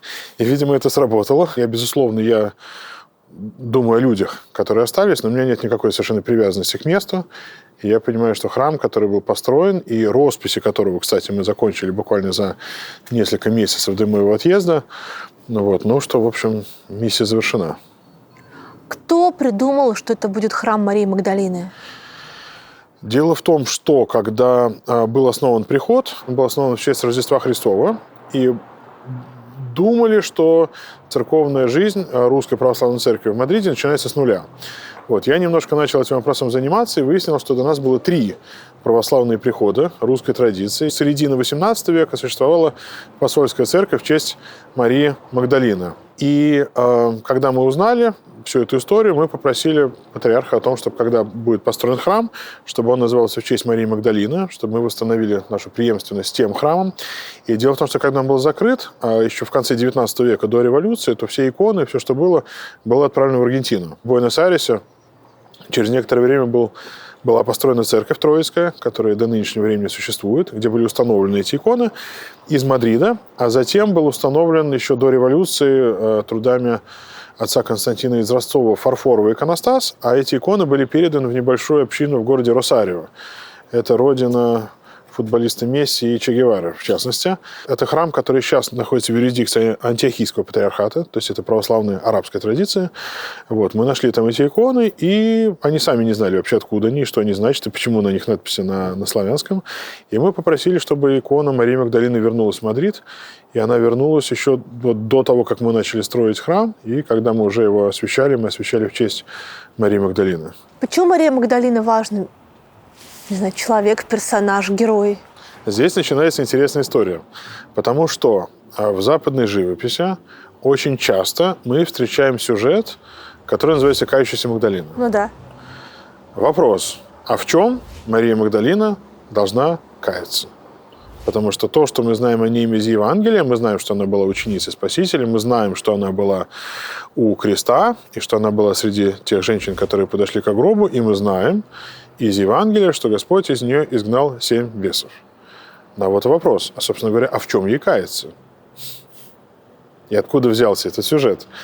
Объяснение очень простое. На Западе, в Западной Церкви, по крайней мере, со времени папы Григория Великого, было принято считать, что Мария Магдалина и Мария, сестра Лазаря, и эта кающаяся грешница, чье имя в Евангелии не названо, которая умывает ноги Спасителя волосами, что это одна и та же женщина. А на Востоке такого предания никогда не было. Поэтому у нас образ Марии Магдалины такой, я бы сказал, более оптимистичный. Интересно, что в русской традиции, например, мы же не можем по крайней мере, в допетровской эпохе вспомнить ни одного храма, посвященного в честь Марии Магдалины. Были храмы в честь Мироносец, но не в честь Марии Магдалины, а храмы в ее честь стали возникать уже после Петра, поскольку она была покровительницей многих членов императорской семьи, которые носили имя Мария. И, собственно, поэтому тоже приход в Мадриде был назван в ее честь. Но она идет во главе той процессии, которая идет к закрытому гробу Христа. Абсолютно не имея никакой надежды, никакой логики в том, что происходит. Это сюжет о том, что когда заканчиваются все человеческие аргументы, когда заканчивается математика, когда заканчиваются все наши логические расчеты, тогда начинается самое интересное. То, что они делали, понятно, что в этом никакого смысла, в этом походе к гробу не было. Они шли к гробнице, зная, что она находится под охраной, что хотя тело выдали, но тем не менее к нему была представлена стража, и они знали, что они войти не смогут. Но они шли абсолютно вопреки всему. и стали первыми свидетелями воскресения. Мне кажется, что это такой неплохой урок для всех нас. Потому что мы, естественно, пытаемся просчитывать ходы, мы пытаемся понять, то, что мы делаем, важно это или не важно, какие это имеет последствия, насколько это может как-то изменить ситуацию. Но на самом деле, оказывается, в конечном итоге просто важна человеческая вера и верность.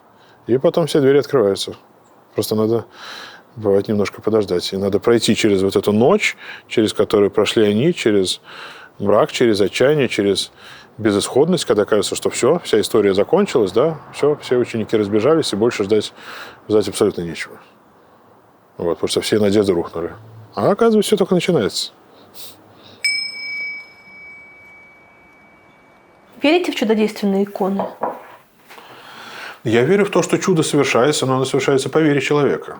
Оно не совершается, потому что икона каким-то образом накапливает энергию и потом ее отдает. Вот у меня есть знакомый священник в Петербурге, когда его спрашивают, есть ли у вас в храме чудотворные иконы, говорит, у нас в храме иконы все чудотворные. Но вот эта вот удивительная зацикленность российской власти на разнообразных предметах, которым приписываются чудесные свойства. Потому что, если есть поклонение Богу войны, то тогда все поставлено ему на службу. И Рублевская Троица тоже. И оказывается, что здесь красота все-таки не спасает мир, в том смысле, что люди, которые эту икону унесли из того места, где она была наиболее сохранна, очевидно, что эта икона их не сделает ни умнее, ни добрее, что здесь вот эти механические законы, они не действуют. Действует вера, но вера – это не механизм.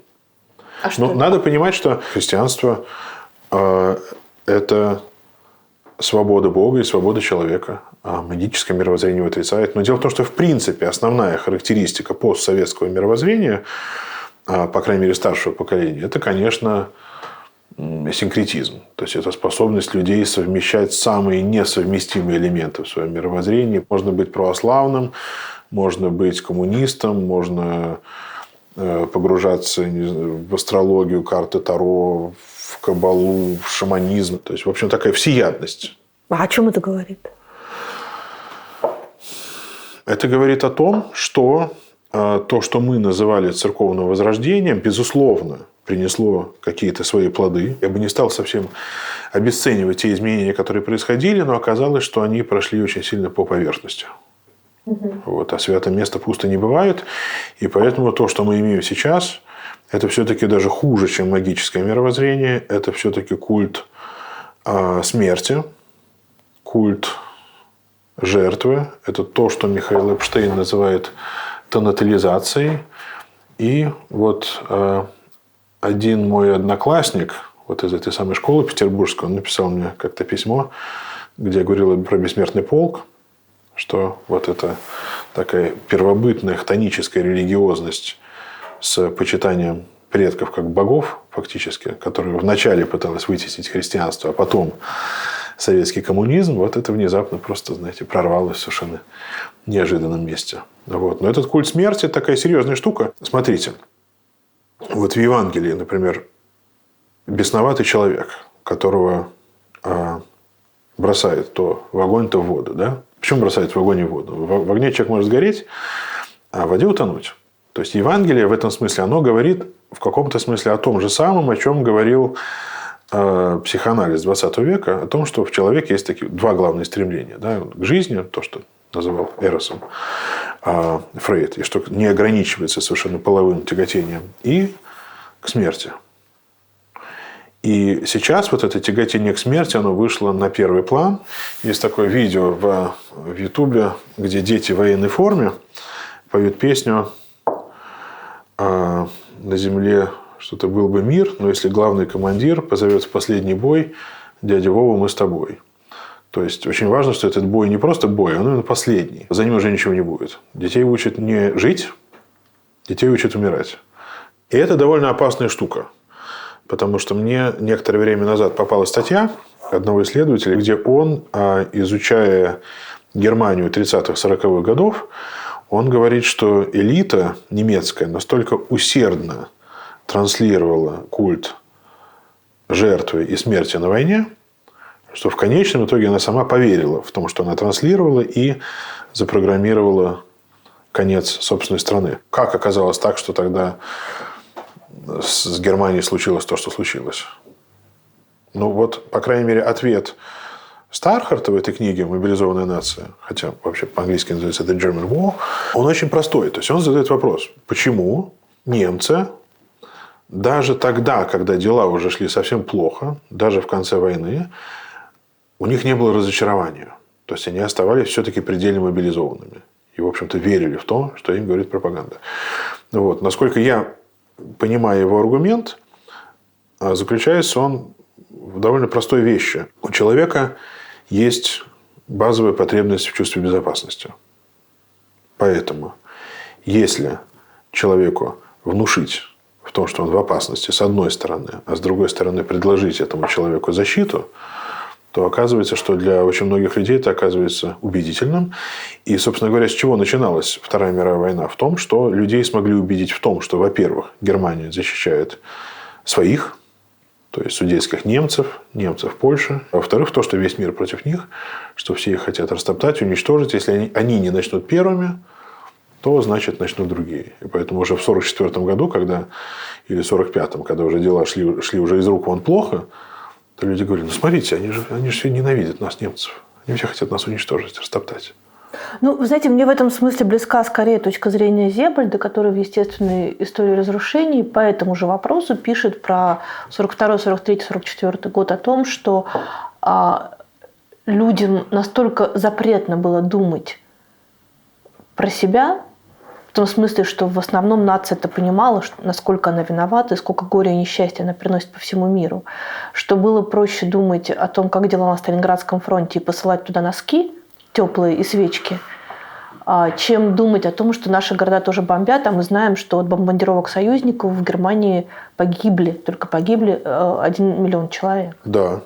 И это, кстати, отдельный вопрос о том, кто несет нравственную ответственность за жертвы, за эти бомбардировки. Союзники? Германия? Кто? Англия бомбила. Американцы бомбили. Вот у нас здесь совсем и Англию недалеко. тоже бомбили. Англию тоже бомбили. Вот вопрос. Вот за этих гражданских жертв в Германии кто несет ответственность? Англичане или немецкое правительство? А вы как считаете? Кто несет ответственность за бомбардировки Белгорода?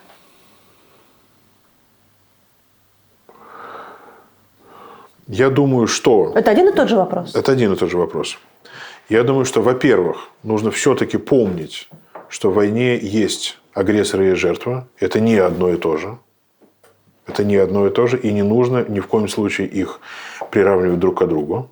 А с другой стороны, конечно, я не хотел бы оказаться лично сам в положении, например, британского летчика, который сбрасывает бомбы на Дрезден или на Кёльн. Или на Гамбург. Или на Гамбург. Или на Берлин. Я не хотел бы оказаться на их месте. Но понятно, что кто-то нажимает на курок первым, но тот, кто это делает, он же всегда говорит одно и то же. Нам же не оставили другого выхода. А у нас мы по-другому уже не могли. Вот это то, что звучало, когда начиналась Вторая мировая. Это то же самое, что звучит сейчас. Это то же самое, что Путин говорил в интервью Карлсону о том, что, видите, Польша оказалась несговорчивой. Польша виновата. Так что 2024 год, и мы с вами опять возвращаемся к 1939-му. Но, тем не менее, знаете, в этом всем все-таки есть надежда. Да. Да, конечно. Смотрите, Германия 30-х, 40-х годов, да? Самый оптимистичный момент в истории человечества. Далеко не самый. И вдруг проходит время, и вот мы с вами находимся в стране, где людям нравится жить, где люди хотят жить, откуда они не уезжают, куда люди, наоборот, приезжают. И это сейчас 2024 год, но это же не сейчас началось, и не 10 лет назад, и не 20 лет назад. Люди как-то смогли этот морок преодолеть. А сейчас все процессы существенно ускорены прежде всего за счет технологий. И поэтому любые изменения общества, они, как мне кажется, происходят быстрее, как в одну сторону. То есть, то, что мы сейчас, конечно, видим в России за последние 2 года, понятно, что это ощущение какого-то падающего лифта. Вот. Но я думаю, что и в другую сторону изменения могут быть очень быстрыми. Вы вербу поставили это к вербному воскресенью? Нет, но это скорее просто к ее появлению. Признак весны и признак того, что если весна идет за зимой, то этого никто остановить не может. А какой у вас самый любимый религиозный праздник? Христианский. Я думаю, что все-таки Пасха. И Для меня этот день важный, потому что... дело в том, что когда мы приехали в Испанию 20 лет назад, люди находились в основном в очень плачевном положении. То есть, в основном это были украинские мигранты трудовые, которые находились нелегально в стране, которые поэтому долгое время не могли видеть ни родителей, ни детей, не могли выехать из страны. К ним зачастую очень плохо относились. Они жили в очень тяжелых условиях. И то, что я видел, это много человеческого горя. Но я любил Пасху, потому что в этот день я всегда видел их счастливыми, такими, какими я бы хотел видеть их всегда. У вас русское гражданство? В том числе. А вы себя кем считаете? Я русский человек. Но дело в том, что для меня быть русским человеком, как бы сказать,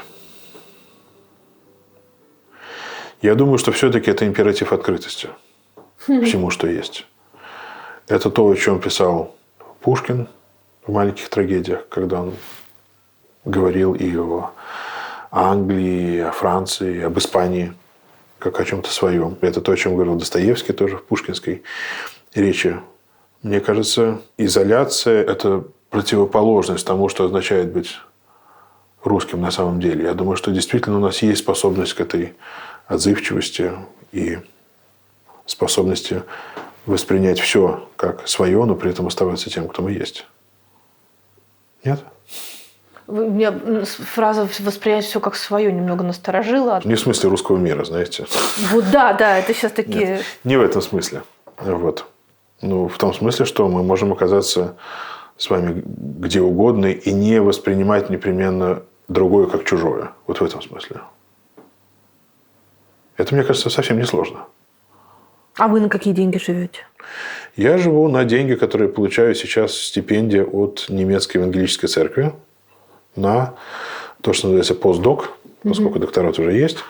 Вот, я пытаюсь, среди всего прочего, заниматься диссертацией. Рабочее название ее по-английски «Iron God». Это дословный перевод из песни Ольги Арефьевой. «Есть Бог у нас железный и без глаз». И работа должна быть посвящена богословским, церковным и религиозным аспектам нынешней войны, потому что мне кажется, что без этих аспектов ее не понять, а ты не можешь остановить то, чего ты не понимаешь. Во-первых. А во-вторых, если ты это не поймешь, значит, все это просто повторится еще раз. Потому что все-таки понятно, что войны так или иначе они сопровождали историю человека от грехопадения, но та риторика, которая звучит сейчас, риторика священной войны. Это недавно, несколько дней назад, уже пару недель, наверное, была такая конференция, называлась «Священная война. Преображение России». Вот все эти разговоры о том, что это война с антихристом и так далее. Да? То есть, то, что люди там, может быть, мы слышали в 90-е годы от каких-то непонятных людей там, в подземных переходах, знаете, с какими-то малотиражными газетами. Вот. Сейчас это все уже ушло в мейнстрим. Тот же самый Дугин, да, человек, который все это активно пропагандирует, это спикер на Международном экономическом форуме, это спикер на Всемирном Русском Народном Соборе. Весьма не глупый человек. Как человек, обремененный университетским академическим прошлым, я могу сказать, что Дугин на самом деле к академическому миру не принадлежит. Я не могу себе его представить ни в каком европейском университете. Не из-за мировоззрения его. На самом деле, конечно, он не ученый. Вот. И в этом смысле, конечно, нынешняя положение дел довольно сильно отличается от того, что было, например, в 30-е годы, когда все-таки, например, доктрина фашизма, она и в Германии, и в Италии, она все-таки опиралась на какие-то философские умы, такие, в общем-то, неплохие по-своему.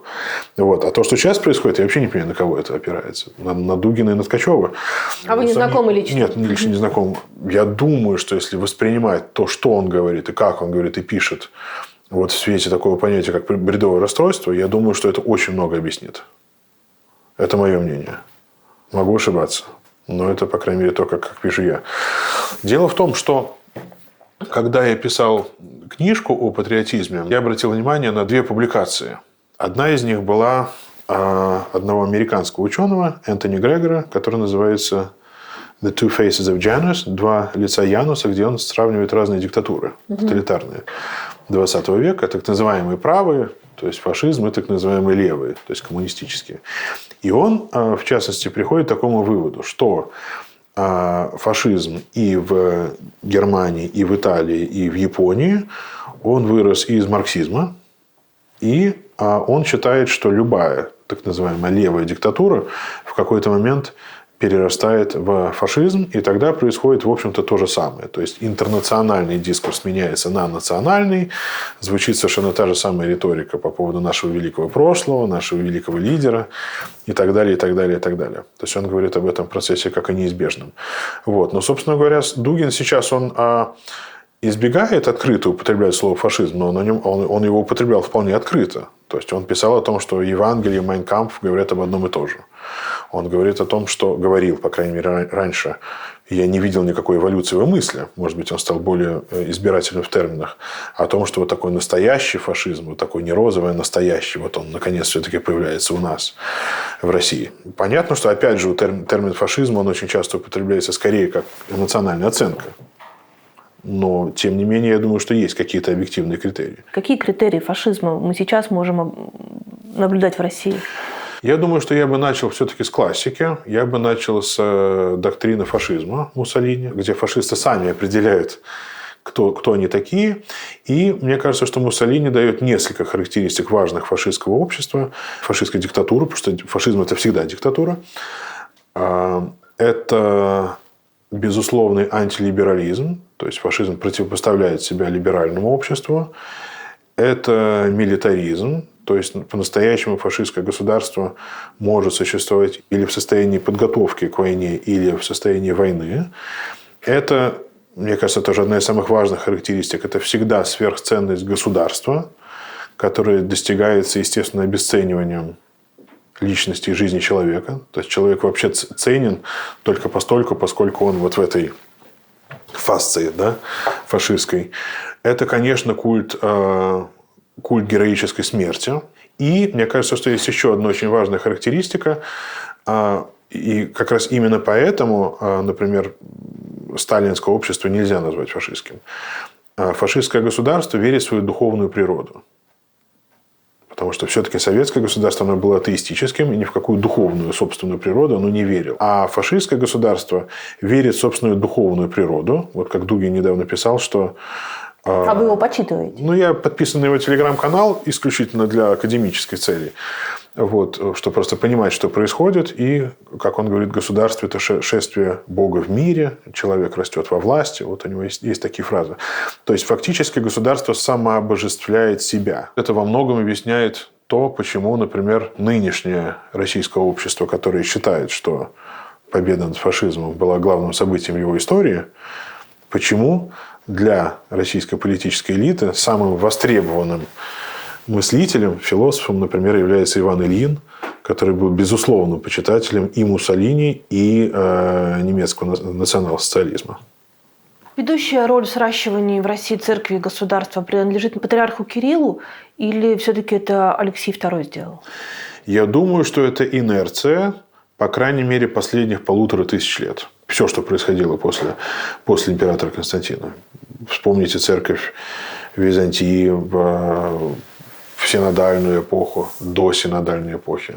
Но в 90-е, как и во многих других областях, был шанс стартануть сначала. Был шанс, но им, к сожалению, не воспользовались. Я думаю, что у церкви был на самом деле еще один шанс. Этот шанс был 24 февраля 22 года, когда можно было выйти совершенно другими словами и совершенно другими призывами.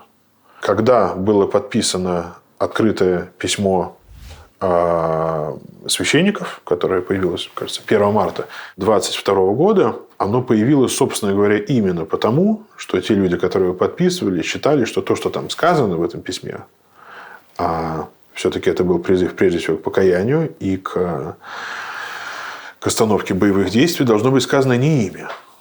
Но поскольку те, кем это сказано должно быть, этого не говорят, значит, говорят другие люди. Но мне кажется, что очень было важно, что люди все-таки, знаете, вот я следил за реакциями людей на это письмо, и очень многие как будто, знаете, был такой выдох.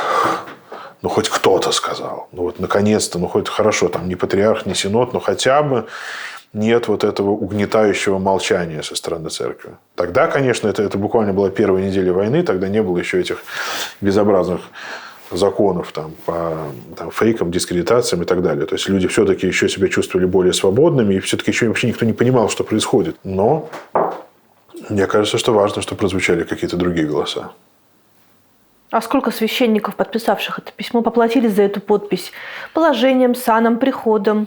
Мне кажется, что, собственно говоря, за подписание письма таких радикальных репрессий не было, но те священники, которые продолжали занимать радикальную антивоенную позицию, они, я не знаю ни одного из них, кто сейчас имел бы возможность продолжать служение в России. То есть они или ушли за штат, или они были запрещены в служении, или они были извержены из сана, как отец Иоанн Коваль и отец Алексей Уминский. Почему я об этом знаю? Потому что мы с моим соратником в Дюссельдорфе, отцом Валерианом Дуниным-Барковским, мы создали платформу для помощи этим священникам, которая называется «Мир всем». Вот. У нас есть биографии на сайте, но биографии не все, потому что какое-то количество священников, которые продолжают оставаться в России, они не готовы к тому, чтобы их имена звучали публично. Но там у нас что-то около 20 имен. И вы собираете им деньги? Мы собираем деньги, да, и разными способами им передаем. Вот. Кто-то в большей нужде, кто-то в меньшей, но прежде всего мы это делали для того, чтобы им помочь. Но кроме этого, нам казалось, что очень важно этих людей, все-таки многие из них это люди совсем неизвестные, вывести их из категории невидимок, показать, что поддержка диктатуры и войны в русской церкви не тотальна. И в конечном итоге, если сами эти священники готовы, дать им возможность говорить. У вас бывают моменты сейчас, когда вам кажется, что ваша вера несостоятельна? То, что я понял, это то, что мы любим в церкви, и то, что во многом является содержанием церковной жизни, то, что мы церковью часто называем, молитва, богослужение, иконопись, архитектура, пение, богословская традиция, все это само по себе не является достаточной страховкой для того, чтобы человек или огромное сообщество людей не соскользнуло в бездну. Единственное, что по-прежнему работает, и работает, как мне кажется, безотказно, это человеческое слово. Все-таки христианство, прежде всего, это была религия слова. И в этом смысле, мне кажется, что священническое служение сейчас тоже меняется, потому что понятно, что богослужение, безусловно, имеет смысл, имеет глубину, но просто сам по себе ритуал, он уже не работает. Сейчас работает только слово. И поэтому такой колоссальный на него запрос. Значит, сохраняется у людей жажда, сохраняется у людей этот поиск. Но этот крик о том, где Бог, он раздавался на земле сотворения мира. Обратитесь к псалмам. Та же самая попытка человека достучаться, но он кричит именно потому, что он знает, что его слышат. Даже если ему кажется, что Бог молчит. Но многое из того, что с нами происходит сейчас, мы тоже перекладываем как вину на Бога. Мы же привыкли считать, и это один из канонов, что Бог всемогущ. А где же это всемогущество? Если ты можешь все сделать так, чтобы все это прекратилось, началось что-то другое счастливое. Я думаю, что люди, которые ставят этот вопрос, мне кажется, что до конца они не понимают и не чувствуют драмы человеческой свободы. Вот, например, притча о блудном сыне, когда сын уходит. Вот может отец его насильно вернуть? Наверное, может. А почему он его не возвращает? Какая была бы цена тогда этому возвращению? Вот в Евангелии есть интересный эпизод, когда Господь уходит из селений, где написано, что Он не совершил чудес по неверию людей, которые там жили. То есть получается, что тот, кто сотворил мир, оказывается, если хотите, бессильным перед человеческой свободой. Потому что человек в своей свободе, он образ Бога, который его сотворил. Поэтому там, где нет свободы, там начинается принуждение. А там, где начинается принуждение, там не может быть любви. А Бог есть любовь. И поэтому любое понуждение к любви, оно противоречило бы самым базовым представлениям о Боге в христианстве. Поэтому мы оказываемся в самых трудных ситуациях, но мы видим, как люди или духовно растут, или деформируются. Все это происходит на наших глазах. Очень дорогая цена выходит. Сколько нужно платить?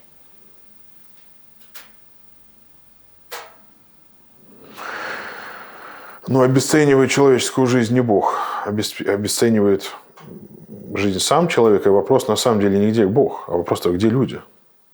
Где люди? Подождите, но если мы исходим из того, что Бог всемогущ, то Он же может учить людей какими-то другими способами, менее кровожадными. Он научил людей единственным способом, сам, будучи этими людьми, убит. Если это не убедительно, то что может еще их убедить? Что их может убедить? Ведь он не учит ничему, что он сам не исполняет. Если он говорит о том, что нет больше той любви, как у того, кто положит свою жизнь за своих друзей, то это не то же самое, знаете, что сказать это на арене, сказать, попрощаться и уйти. Он сам идет по этому пути до конца. Ничего более убедительного нет. Просто, понимаете, это образ, к которому мы все привыкли. Все это уже немножко под сусальным золотом, уже под глазурью. А на самом деле, вот какой центральный образ нашей веры? Да? Это человек, который прибит гвоздями к кресту. Но если это не убедительно, ну ладно. Ваша вера не пошатнулась?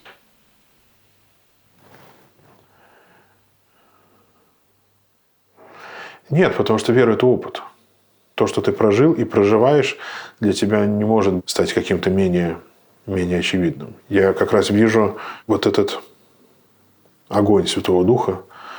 Я его видел и чувствовал в самых разных ситуациях, и в том числе общаясь с теми людьми, которые стали беженцами. На самом деле, если вот кто-то имеет право на этот вопрос, то это они.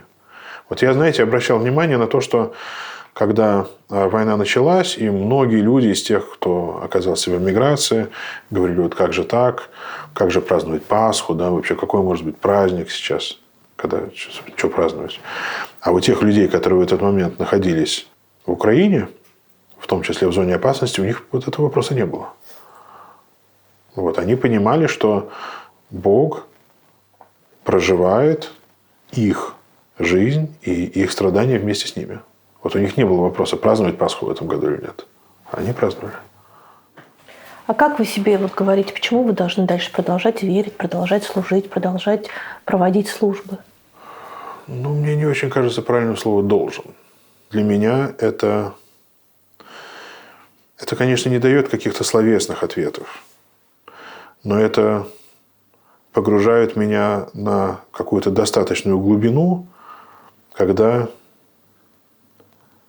этих вопросов уже нет. Потому что, прежде всего, в центре христианства преодоление смерти. И когда ты начинаешь богослужение, ты уже вступаешь в такую реальность, где смерти уже нет.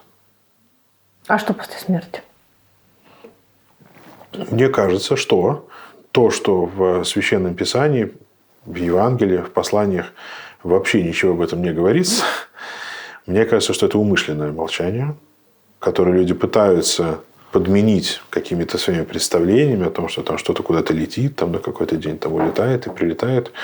Вот. Все это, мне кажется, неубедительным. Мне кажется, единственный убедительным образ, который мы изображаем на иконе Успения Пресвятой Богородицы. То есть, если обычно мы изображаем ее с младенцем на руках, то здесь он принимает ее душу в образе младенца.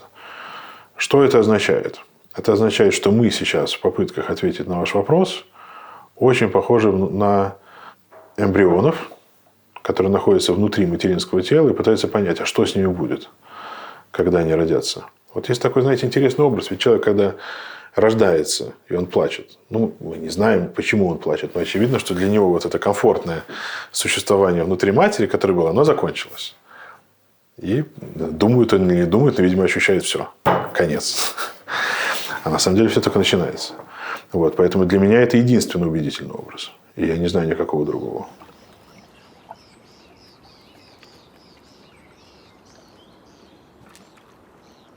Что будет дальше? Как вы себе представляете историю примирения, прощения, признания вины и вот этих всех очень сложных этических категорий, с которыми, мне кажется, даже на сегодняшний день мы все не определились. Несколько месяцев назад я выступал в Голландии, в Гааге, перед аудиторией. Там были голландцы, были русскоязычные люди.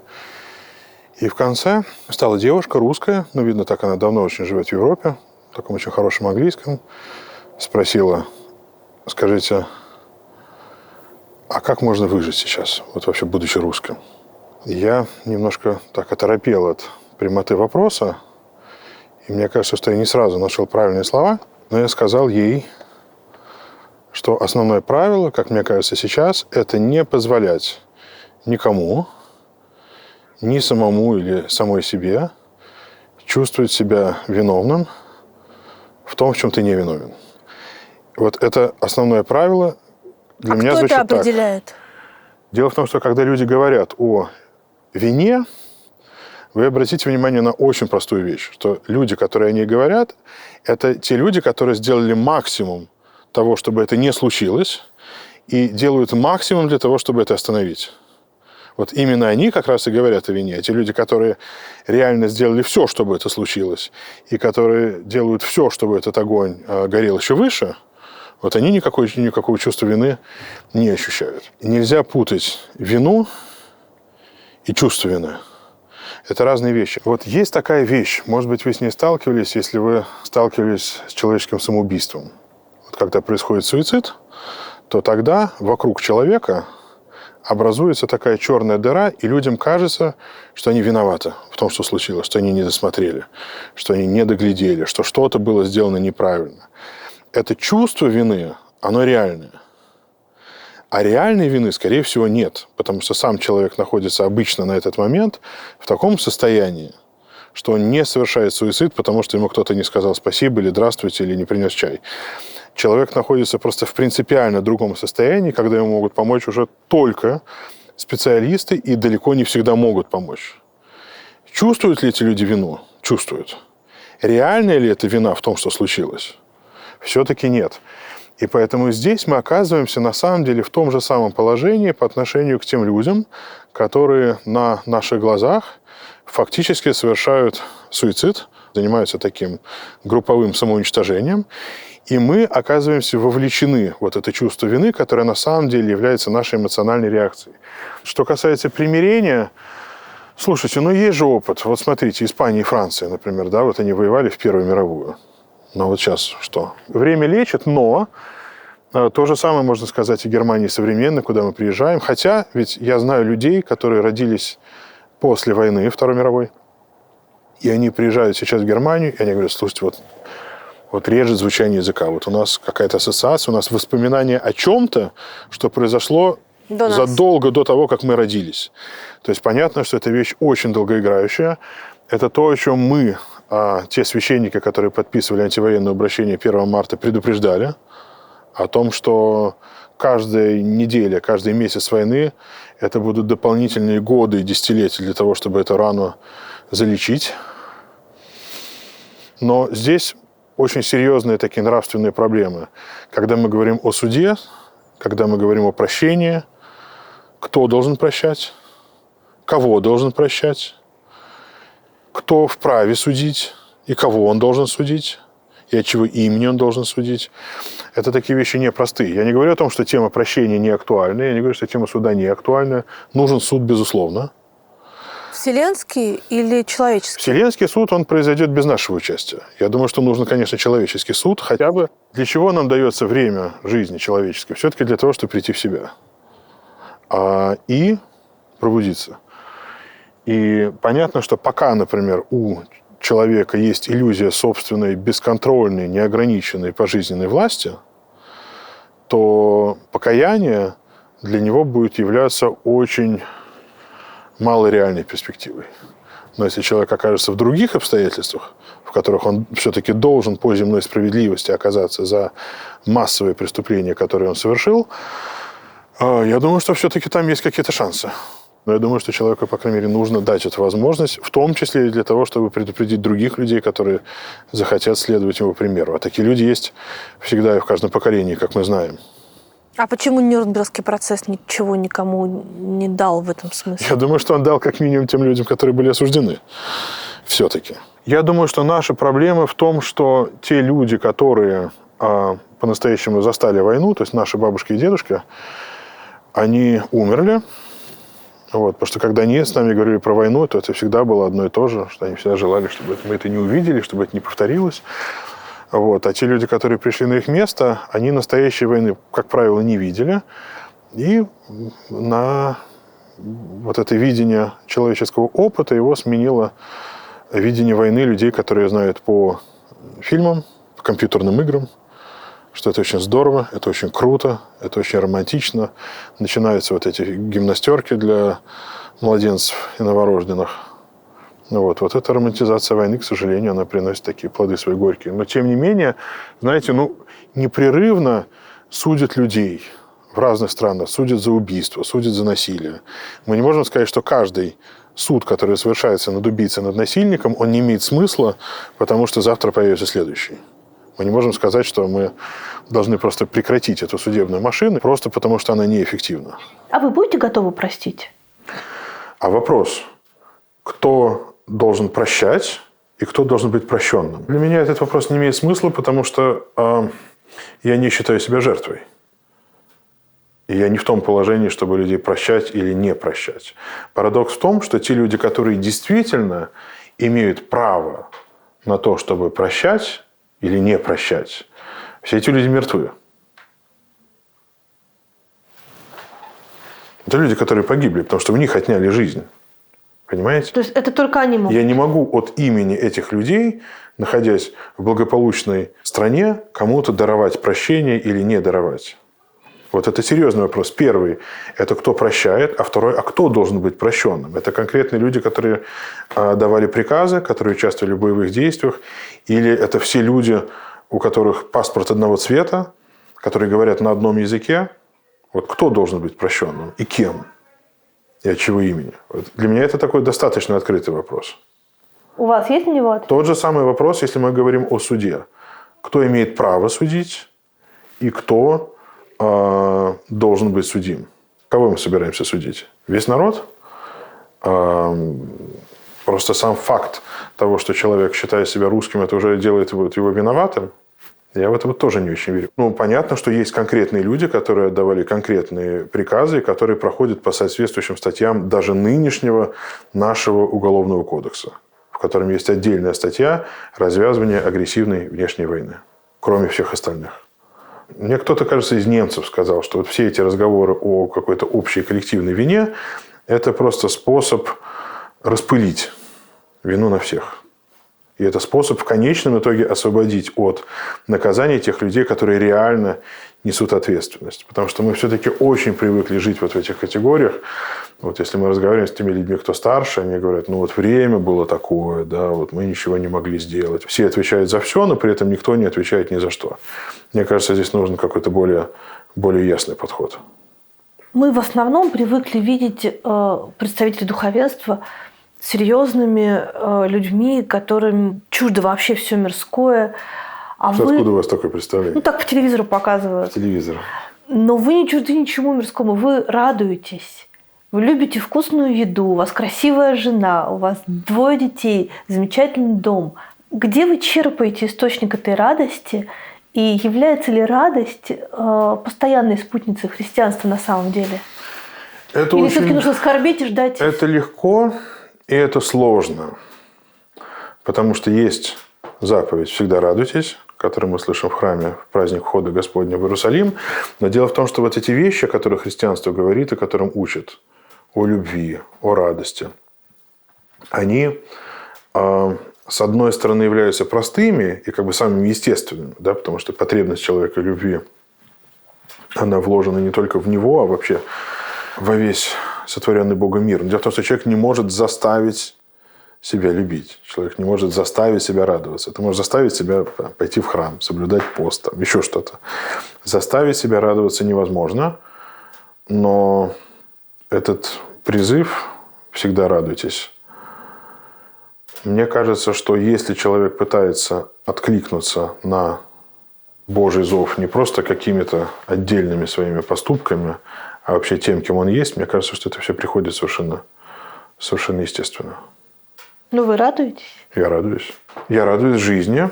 Я радуюсь тому, что в конечном счете в любом самом скорбном человеческом положении я знаю, что последнее слово все равно остается за Богом.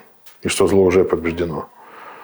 В этом нет никакого сомнения, потому что мы ведь начинаем таинство крещения с молитв, которые называются запретительными молитвами, в которых мы напоминаем и себе, и дьяволу, к которому, собственно говоря, эти молитвы обращены, в том, что он не имеет никакой силы, никакой власти над человеком. Вот если вы читали «Житие Антония Великого», Нет, не читала. ну, это, в принципе, это такое основное монашеское житие, из которого, в общем, выросли уже дальше все остальные, то он довольно много говорит о дьяволе. И он говорит, что дьявол – это такой старый клоун, который может людей пугать, но в реальности человека повредить он не может. И поэтому Господь предупреждает о том, что не бойтесь тех, кто может убить. А это Антоний, который с кабаном все время изображается. В том числе, да. Все, я поняла. Это который он это Антоний по лесам Великий. ходил, да. Антоний Великий. Есть евангельская фраза Спасителя о том, что если уж чего-то нам бояться, то тех, кто убивает душу, а не тело. Вот мне кажется, что пример Алексея, как раз, Навального, это как раз пример того, что человек может радоваться даже в самых трудных обстоятельствах. Но понятно, что принудить себя к этому невозможно. И понятно, что бывают времена горя и бывают времена скорби, от которых мы никак не застрахованы. Но, тем не менее, у апостола Павла есть слова, которые мы читаем, когда совершается отпевание. Он же не говорит «не скорбите». Потому что понятно, что скорбь – это естественное человеческое переживание. Он говорит «не скорбите, как прочие, не имеющие надежды». А надежда у нас есть. Надежда на то, что последнее слово все равно за Богом. Выберите, пожалуйста, милосердие или справедливость. В суде справедливость, в церкви милосердие. Свобода или стабильность? Для Понтия Пилата стабильность, для Иисуса Христа свобода. Правда или безопасность? Правда. Родина или истина? Истина. Мы с вами увидим, как добро победит зло? Или хотя бы не сдастся окончательно? Думаю, что да. Сколько ждать? Ну, как пел Майк Науменко, я буду ждать тебя всю жизнь. Жизнь не самый долгий срок. Я думаю, что мы все это увидим. Я думаю, что любая система институциональная, которая построена на страхе, я думаю, что она очень нестабильная. Я думаю, что это будет головокружительное падение. У меня никаких сомнений в этом нет.